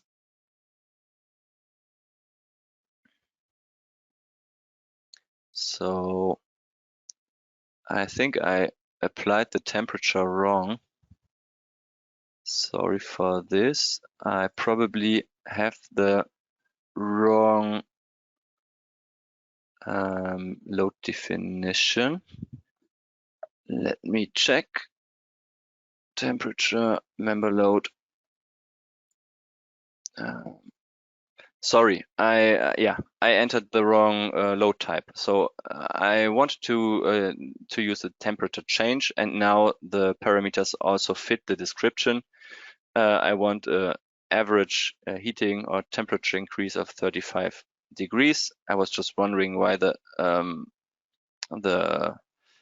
results are off my expectations, so I will quickly adopt this and calculate it again. Now we should see that the temperature rise, like it tends to the frame wants to go wants to expand, and if we look at the internal forces, the normal forces, we can see what the tie rod is doing here. So it's taking rather large normal force, a tensile force, to hold the frame together, to constrain it. Then in our snow load case, it's yeah, a bit the same. So we have a vertical load on the roof, and the frame also tends to go to the sides, to move to the sides, and the tension rod helps to minimize the horizontal deflection at the column ends here and tie it all together. And then let's check the wind load case. Here we have a special case because, as you can see, this tension rod is marked in gray, and this is because in the wind load case, our tension rod is not active, because here it would be loaded in compression. So if we would define it as a truss member, it would have compressive action, and we define it as a tension member. So as soon as we get a negative internal force in here, it's deactivated for further calculation. So this also requires an iterative solution. So in the first iteration, this tension rod would be activated, and then the program sees, okay, we have a negative internal force, it's under compression, but we defined a tension member only, so it's deactivated in the next step, and the solution is done again without this member. So this is indicated by the gray color of this member here. All right. So that would be our last example before we go into a short break, I would say. Are there any essential questions that we should answer at that point, or? No questions open. Okay. All right. That's good to hear. So I would say we make a small break. Let's meet again maybe in 10 minutes, I would say. So 6:10, so everybody has the option to grab a drink or a coffee or a short snack. And then we meet here at this place again at 6:10. Yeah, European time. So in roughly 8 minutes. All right, thanks for your attention so far, and see you soon. All right, I hope you had a good rest. I'm back now. I would say we try to continue. And maybe until everybody is here, I can just take this chance to ask you another question, and then at the same time check if everybody is there and ready to go ahead. I introduced myself in the beginning, but I don't know anything about you, and I would like to ask you also, before we go to the advanced topics, how far are you in your studies? So if you could answer this, also if you are no student or do something else and are just interested, this is also fine.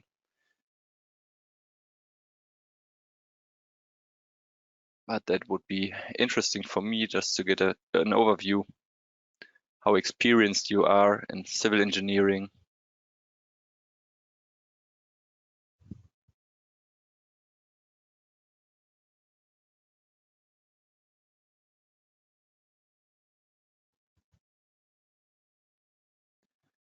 Okay, fine, interesting. Then I close the poll and show you the results. So none of you is in the first semesters of his bachelor studies. Most of you are quite advanced, so that's nice. Also for the following topics with theory, second order, and the buckling analysis that we will treat at the end of this online training. All right, so but before we come to this, let's do another modeling example. So another example where I will focus on modeling options and how you can do investigations and simulations quite quickly and conveniently with RFEM 6. And for this task, I have an ideal truss structure that we want to model. You can also, in this case, just relax and listen to and see how I do it and how I define the structure. I think this is more convenient now, also looking at the time. All right. So we have, sorry, just for the problem that we are having here, an ideal truss structure. So that means Jonas, you must close the... okay, I have, yeah. I again forgot to hide the results. All right. So now you should see my PowerPoint presentation again and the task that is waiting for us. So it is an ideal truss structure, as I mentioned already. That means we have only truss members that transfer basically normal forces. We have perfectly hinged connections between the members. We have no imperfections between or in the members. We have no eccentricities in the connections. So we have no additional bending moments because of this. And we only have loads defined in the nodes of our ideal truss structure. So these are the basic assumptions that go along with this term, ideal truss structure. So we only, that results in only normal forces or actual forces in the trusses. All right, let's start then with our simulation work. We again delete the last bit of structure that we have defined. Oh, there's this one we want to. We can also delete the load cases that we won't need here. Okay, and then we start with the modeling. So in this case, what's a bit special is that the first beam that leads from the lower to the bottom chord is defined under a certain angle. And for that purpose, to define such beam, it's very convenient to use the single general member definition, because here we are allowed to define our member by length and direction. So we have a member length that is given with 3 meters, and we can also,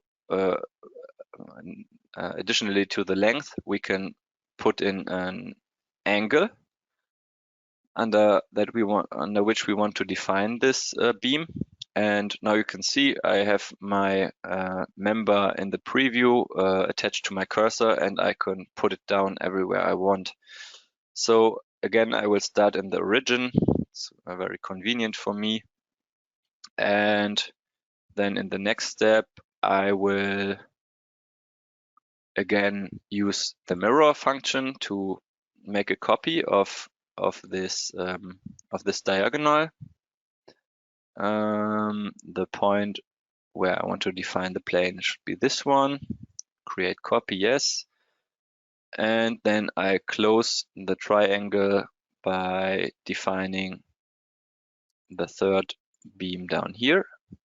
So now I have one triangle, and this truss structure should have 3 of them. So now I want to show you how you can conveniently copy such substructures. So if you just select everything and then press the Control key, you can copy via drag and drop, and you can also snap through to the existing structure to make this the common node of both selections. So now I have just duplicated my triangle. I can also do this, of course, with the whole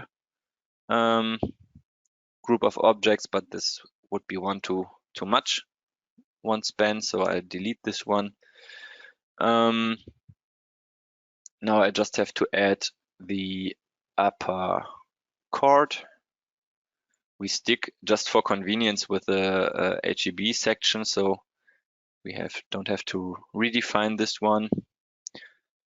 And then the only thing missing with regards to our members would be the posts, and we define one in this to split up this triangle. So the default snapping points for object generation or selection are the end on the ends of a line or a member, and also the middle points. So this is very convenient in our case here. Now we can just generate this beam here by snapping to this point. And now we could again copy this post by drag and drop, or in this case I would prefer this this functionality, move and copy selected objects. So I create a copy, and now I can create multiple copies in one step. So I count how many posts do I need? 1, 2, 3, 4. I need 4 additional posts. And okay, I don't really know the distance between this point and this point, so I can also define the displacement vector graphically. So would be from this point to here. And the distance between the posts is, the spacing is continuous, so this should give us the desired result. And now if I click OK, I have just defined all the posts at once. So this is very nice. Also, if you define structures that are built of frames that are repetitive, or structures like truss structures where you have always same sub or super elements that you just need to copy to get your complete structure, this is very convenient. All right, then we have to change the beam type. So I accidentally defined them as member type beam, but we said we want only trusses, so trusses with only that can only transfer normal forces. So we would need to change the member type to truss only N. By the way, if you are not sure what these member types mean and you can't figure it out by the preview here, it's always a good thing to open the help.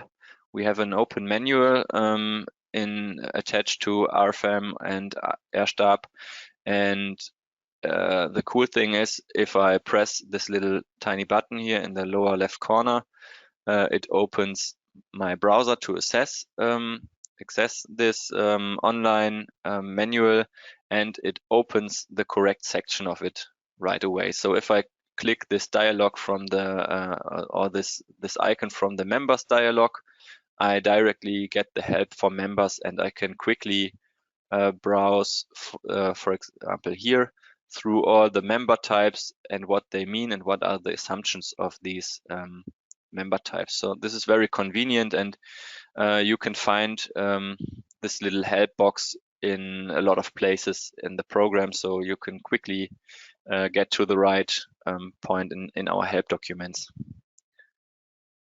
So, okay, I change the type now. I see in the preview that worked. So then I need to define supports. I just do it by adding a support here, hinged, and I think this one would be, we could define it just in a roller in X direction, should be fine. And we had on the upper chord, we had some concentrated loads in the nodes. So we had, I think, in these 2 nodes, a load of 10 kilonewtons, yes, and in the third one, 20.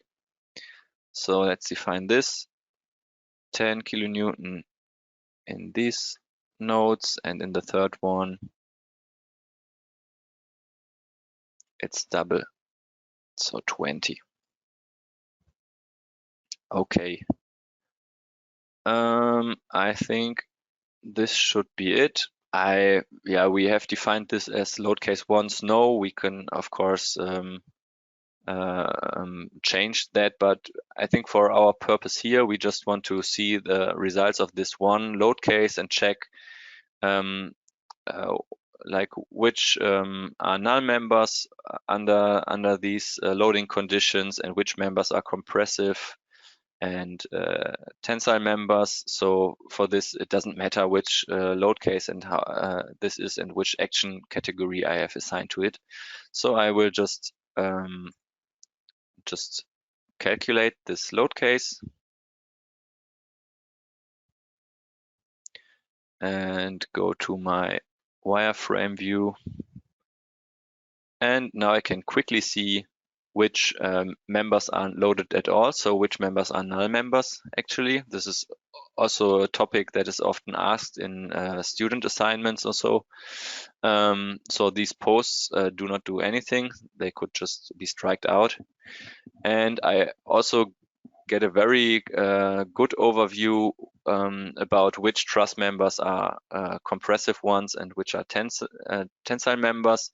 So the negative forces are indicated by the blue color, and the members that are red or have normal forces displayed in red are the tensile members. So compression in the upper chord, tension in the lower chord seems fine, and the diagonals seem also reasonable.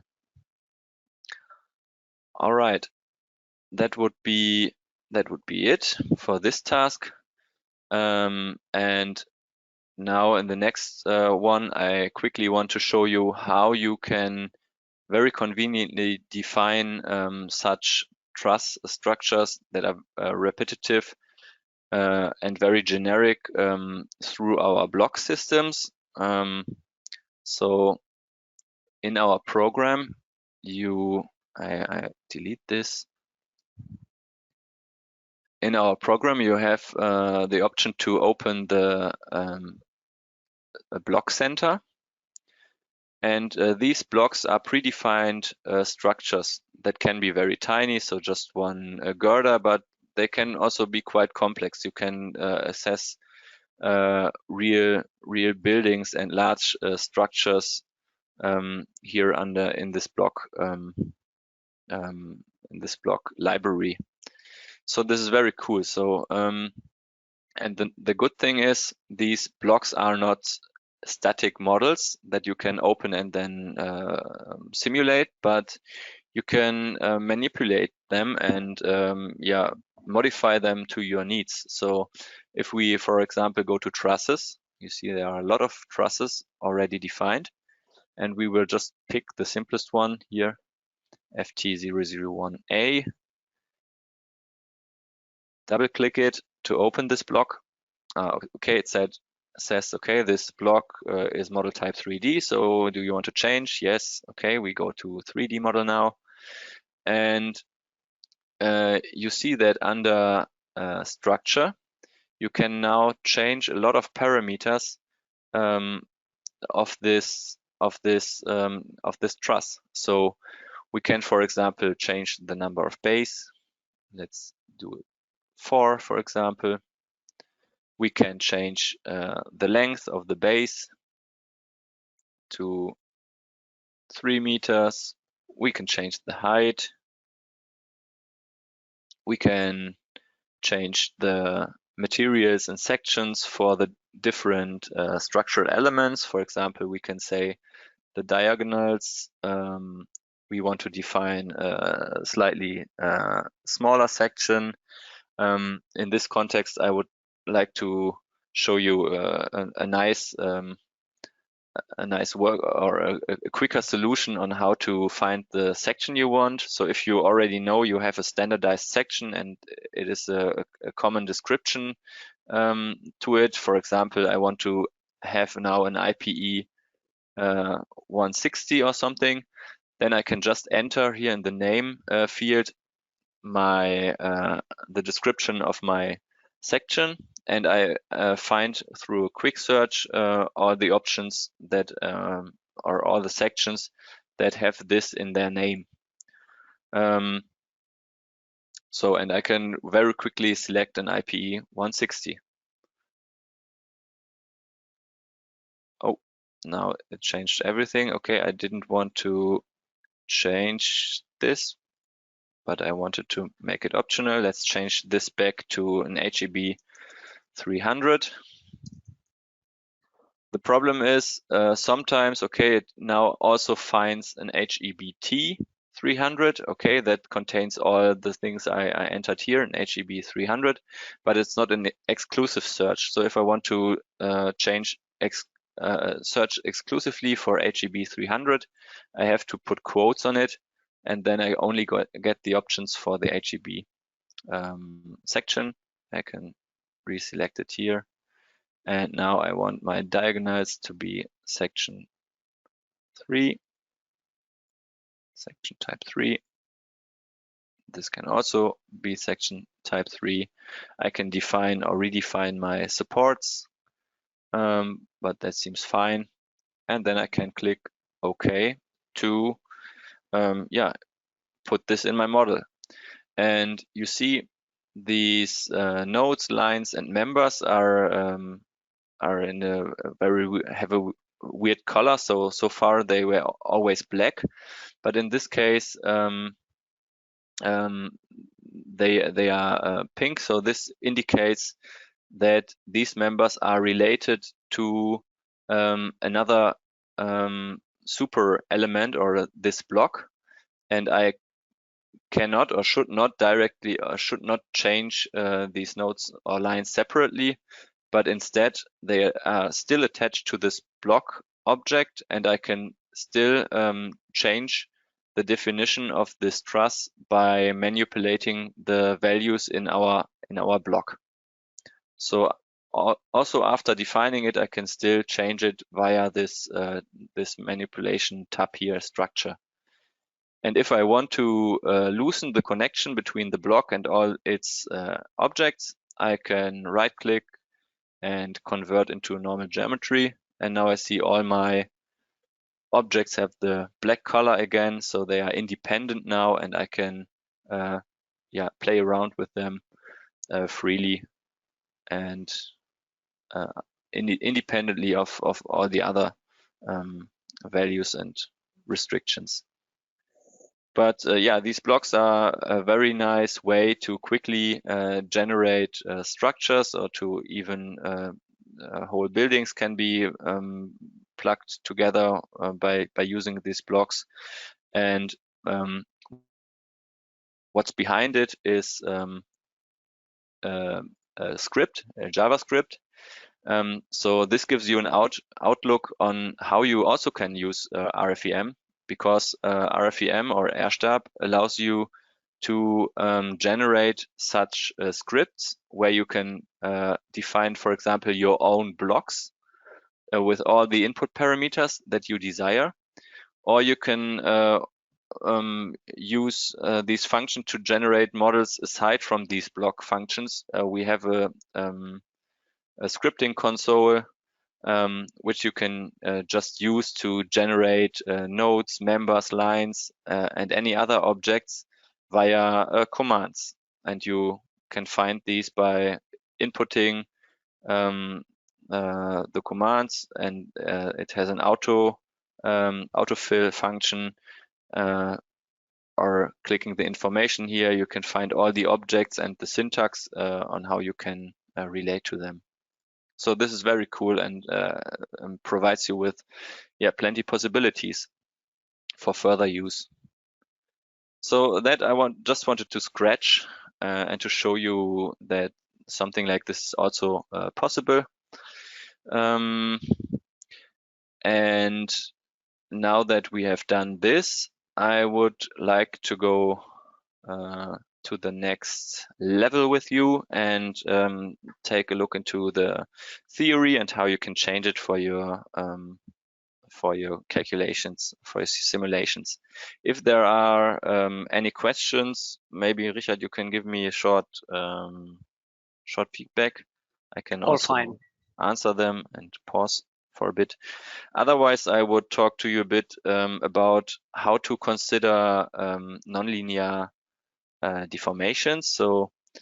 So far in our examples, we have always solved our problems assuming a linear deformation theory. So the equilibrium between internal and external forces was derived based on the undeformed structure. But as you probably know, this is not always permitted. So if you have slender or flexible systems, you want to at least investigate the influence of nonlinear deformations or of the undeformed structure, of the deformed structure on the internal forces and reactions. And in order to account for this in your RFEM simulation, this is quite easy, and we want to introduce, or I would like to introduce this step by step again in a small example. So we will take a fixed column and apply a head load and see how the results change if we switch from first order theory to second order theory and account for the nonlinear deformation. So let's do just this. We delete the truss again, generate the column. It's 10 meters. I don't know what section was this. HEV 300 is fine. Then we fix the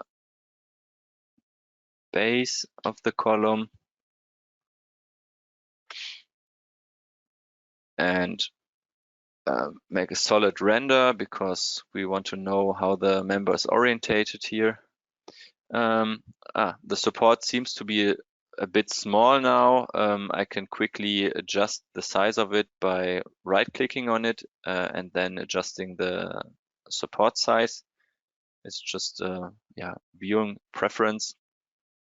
And then I will apply a nodal load at the end of the column, and I want to apply a vertical load of 100 kilonewtons and also at the same time 10 kilonewton horizontal load in X direction.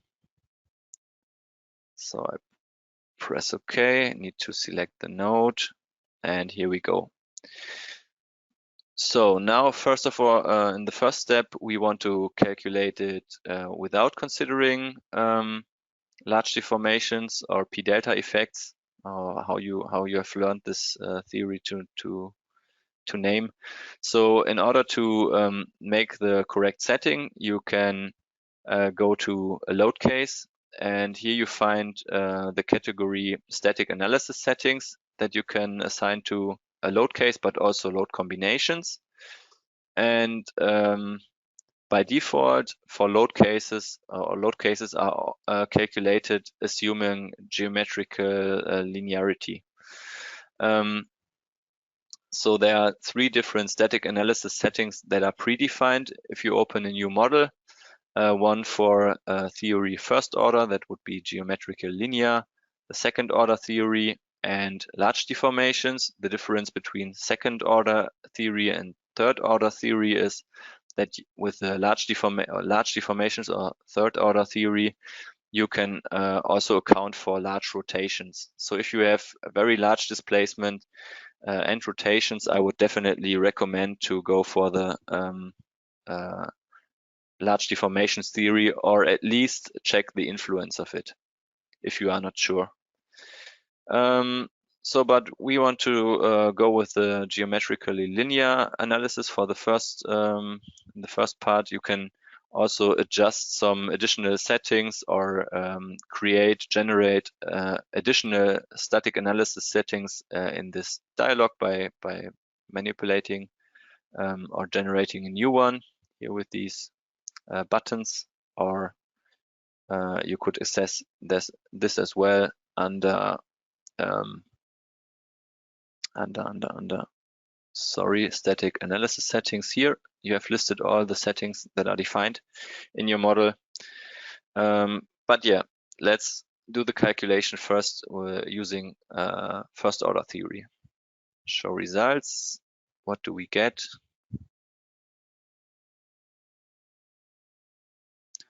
I think this is, this shouldn't be any surprise for you. So let's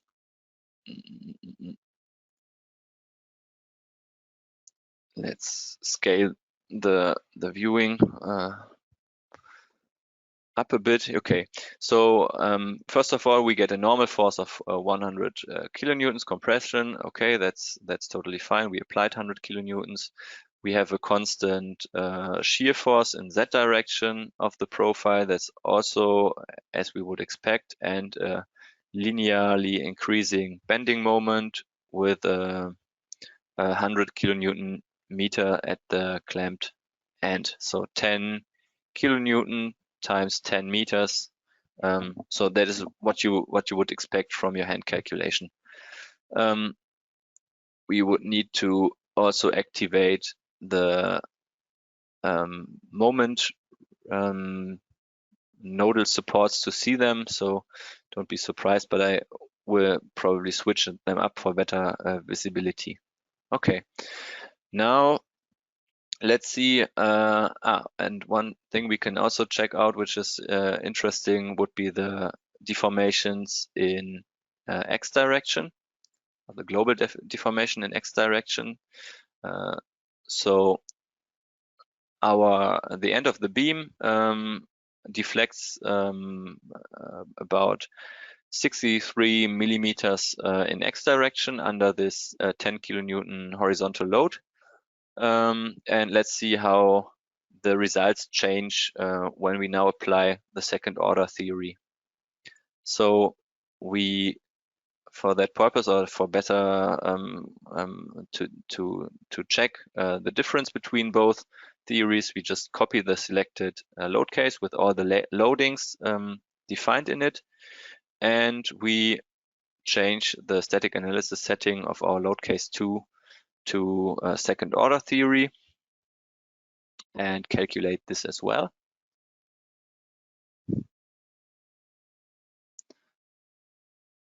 And what we already see, our global deformation in x direction has increased slightly, about 10%.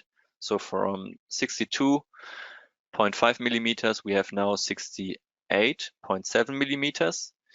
And now let's go through the normal forces. Okay, they look quite similar. So we have not perfectly 100 kilonewton here, but almost. Then we see, okay, our vertical or shear load here has increased, and our bending moment at the fixed end is now 107 kilonewton meters almost, where we had 100 before. So our bending moment at the fixed end has now increased by almost 7%. And this can be explained by the eccentricity that we have. So we have, because of this horizontal load, we have a displacement of the member of the column head by 68.7 millimeters. And this eccentricity now creates an additional bending moment because these 100 kilonewtons now have a distance in x direction to the clamped end of 68.7 millimeters. So we get an additional bending moment of 6.87 millimeters. So 100 kilonewton times 0.0 almost 7 meters, we get an additional bending moment of almost 7 kilonewton meters. And this is what we see here. So it is very in this case, okay, like 7% is not too much. We could probably neglect the influence of a second order theory in this case, but you have to, of course, take into account that this increase of the bending moment of the internal forces is not proportional anymore to the loading you put in. So if I double the load, then we will see, let's check out how the bending moment at the fixed end increases. We calculate it again with 200 kilonewtons and 20 kilonewtons at the column head. And we see that now our bending moment at the column end is 230 kilonewton meters, or almost. So we have an increase of almost 15% now. That's more than double than we had when we applied 100 kilonewtons and 10 kilonewtons horizontal load. And of course, this can also lead to an unstable structure even. So if we further increase the loading to, let's say, 500 kilonewtons and 50 kilonewtons horizontal load, the solver of RFEM will not be able to find a convergent solution. So it will not find any equilibrium between the external forces and the internal forces, because the deflections are too high and the structure is unstable and is not able to withstand the external load of this magnitude. So you can use the second order theory in RFEM to consider or to take into account stability issues, like in this case. So if you wonder why a structure gets unstable under second order theory, that could be related to a stability phenomenon of your structure. And another way to address stability problems or phenomena and to better understand what's happening is to do a linear bifurcation analysis, which can also be done in RFEM. And that we want to do in the last step of our online training. So I will slightly modify the structure. I will just delete the second load case and will delete the horizontal force, and you will see that this leads us to a quite an iconic structure, or let's say element. This is a structure that has been investigated for stability for a long time. So I think Leonhard Euler already in the 18th century provided a solution to address stability of such fixed end beams or fixed columns under pure compressional load analytically.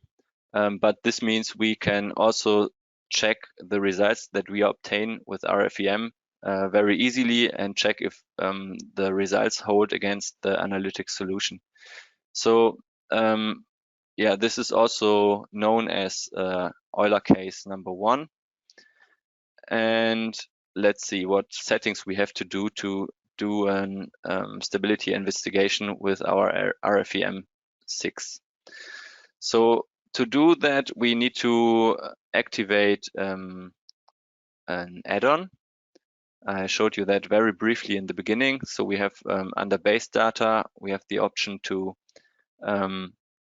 activate several add-ons if you have access to them. And for this case, we would need the structure stability add-on. I will go ahead, check the box. And now I have the option or the possibility to add a structure stability calculation to my load case that I want to calculate or to assess. I can also do that for load combinations. I just have to activate this option, calculate critical load, with the structure stability add-on, and yeah, then just as we did with the static analysis settings, we have structural stability analysis settings that I have to set here.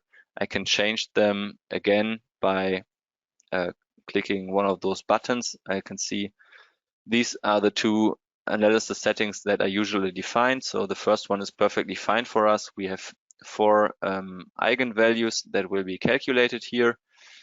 So that will be very much sufficient for us.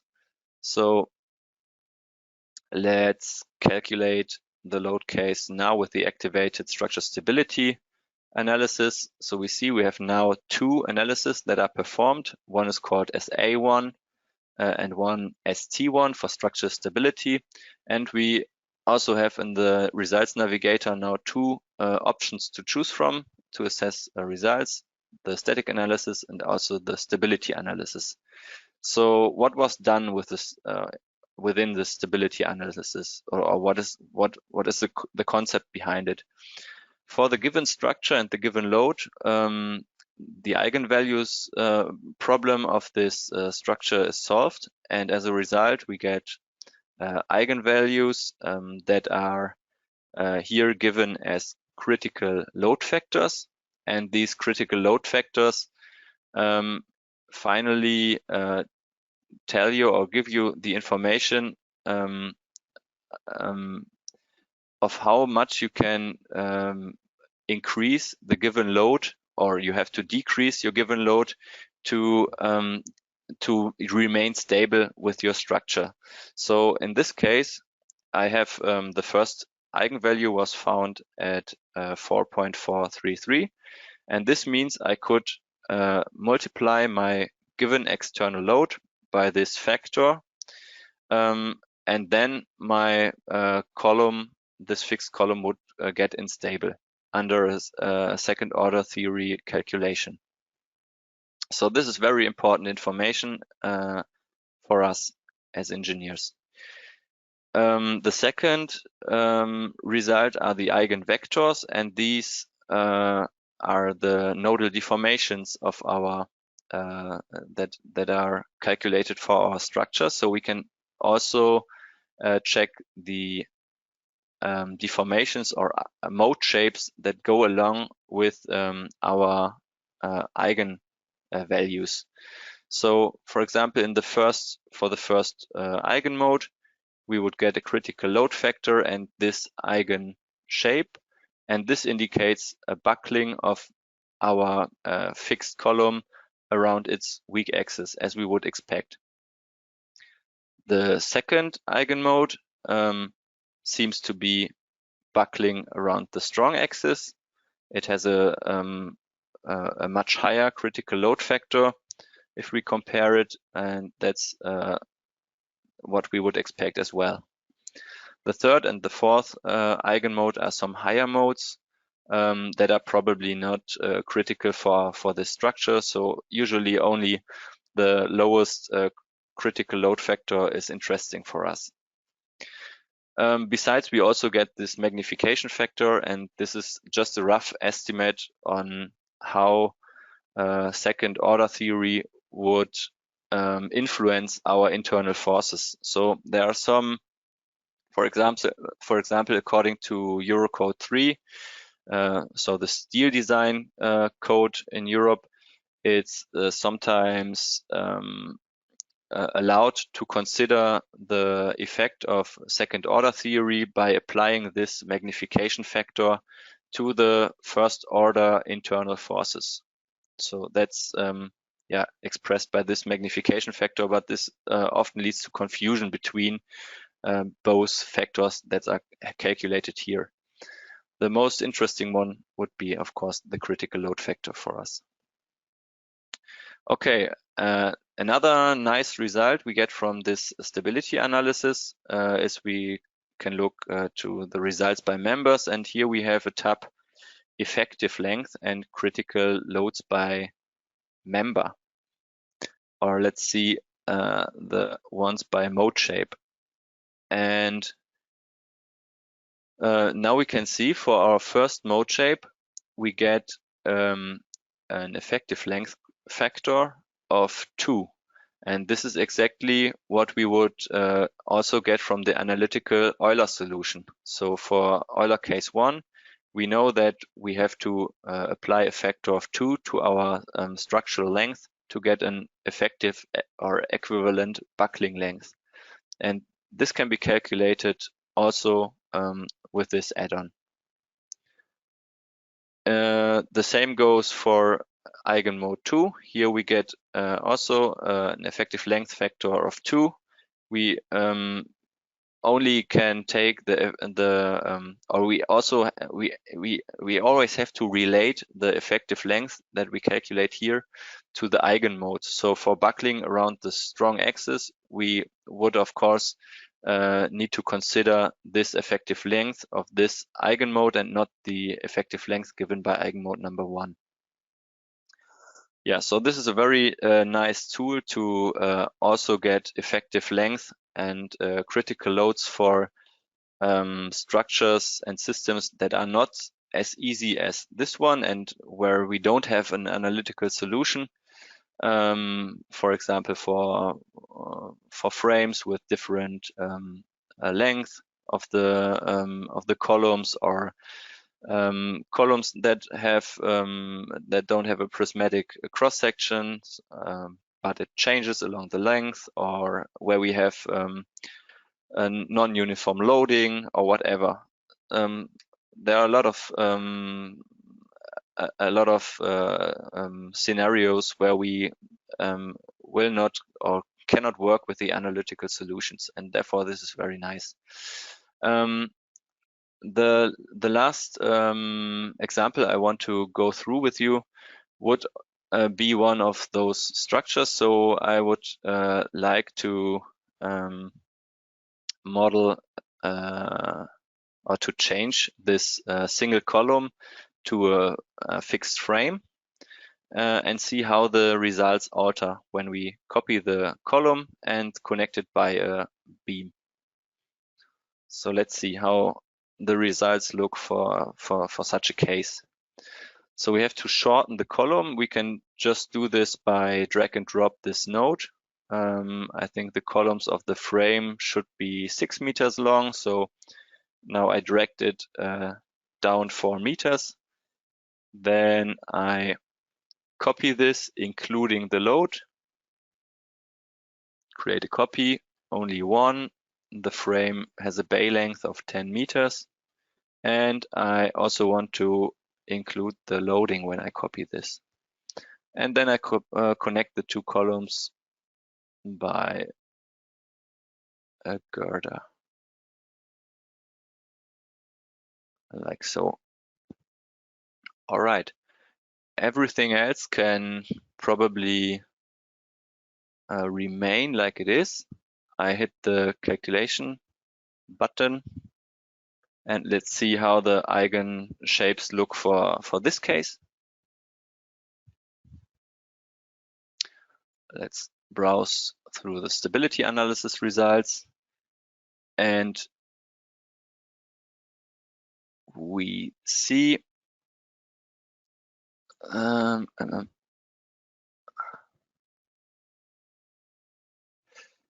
that we now have the first two eigenmodes that are out of plane stability cases. So in the first eigenmode, the whole frame would swing out of the frame plane.